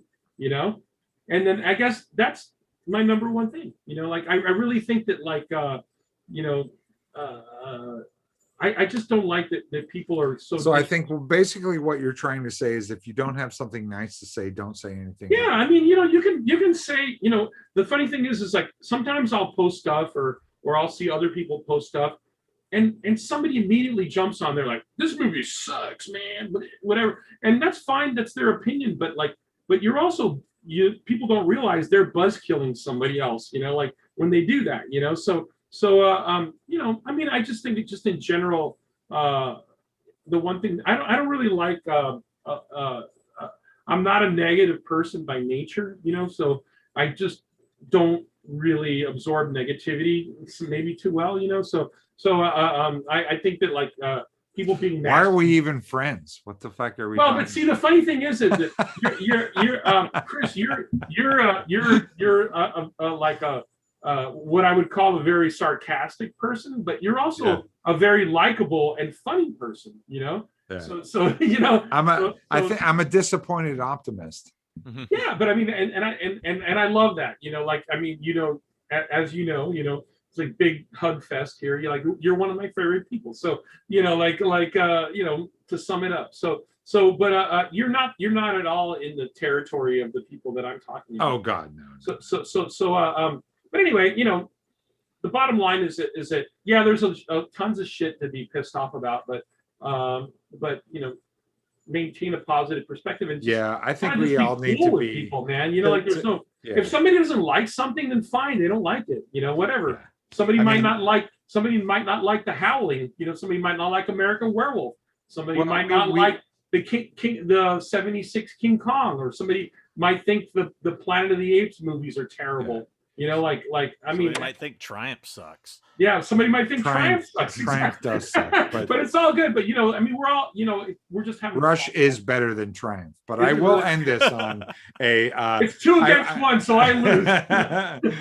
I will say that no, we've said this many times on the show, is that everybody just needs to be kinder to each other. Just everyone be kind, and everyone be cool with each other, and and we're all a community, especially this community with our horror fans and people that are watching and people that have chimed in. Thank you so much, and Norman, thank you so man. much Thanks.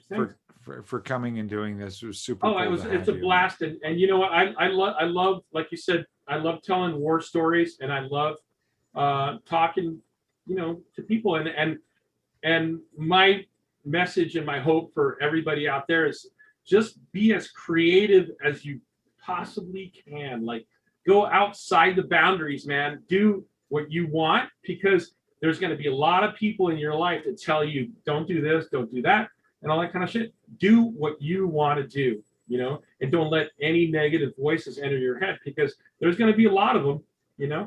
And hear that, Marilyn Manson? Keep your chin up. Yeah, Marilyn Manson, go out there and do whatever the fuck you want. Sorry, I'm kidding. By the way, Not that guy again. Steve Wade donated $10 and wanted to say, "What an epic night! Thanks, Sean, Chris, and Norman." Dude, that was an epic night, man. I love hanging out.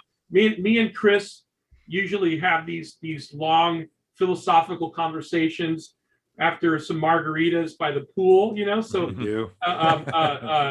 since it's the pandemic, we can't really do that, So, but it's been a blast, man. So I really appreciate you guys. And Sean, you're the man too. Fucking this rock, man. This was a total blast. Well, we'll definitely have to have you back. I'm happy to come back anytime. Yeah. For sure. Rock on, guys. All right. Well, keep on rocking in the free world. That's right. Was that Triumph? That's no, man. Keep on rocking in the. No, I know. I'm just kidding. So anyway, that's better than Triumph. Neil Young, come on. Well, I think Triumph's better than Neil Young. So how's that? Damn! All right, we're gonna go now. I'm gonna have pizza. Yeah. Oh, rock on, guys. Yeah, that was a blast, dude. We'll talk. All right. soon. Good night, everybody. Thanks for Good night, watching. everyone. And be safe. Where can they follow you online, Norman? Peace, monsters, and rock and roll. Let's see. I'm on Instagram as at Norman Cabrera Monsters. So there I am. All right. Come say hello. Check out his stuff. And maybe one day we can all hang out at Monster Palooza together, or Mass Fest, or one of those things. And I feel positive about the new year. I feel positive about a lot of good stuff happening. It's not going to happen fast, but it will happen. So everybody's got to be patient, and we'll all, be having fun, at a monster convention sometime soon at a city near you. Yes. And hopefully we'll have some big announcements on the next show about the Gutter Garb shirt. That's right. And our next guest, Andy Matichek from Halloween 2018, Halloween Kills, Halloween. Well, I don't know if she's in Halloween Ends, because I don't know what happens in Halloween Kills. So I can't say that. But she's promoting her new movie, Son. So we're going to be talking to her next. So stay tuned. And thanks again, Norman. We appreciate it. Thanks, Cheers, Norman. guys. Be kind to everybody. Be kind to each other. Man. Keep on rocking. Keep the metal going. Keep the punk rock alive.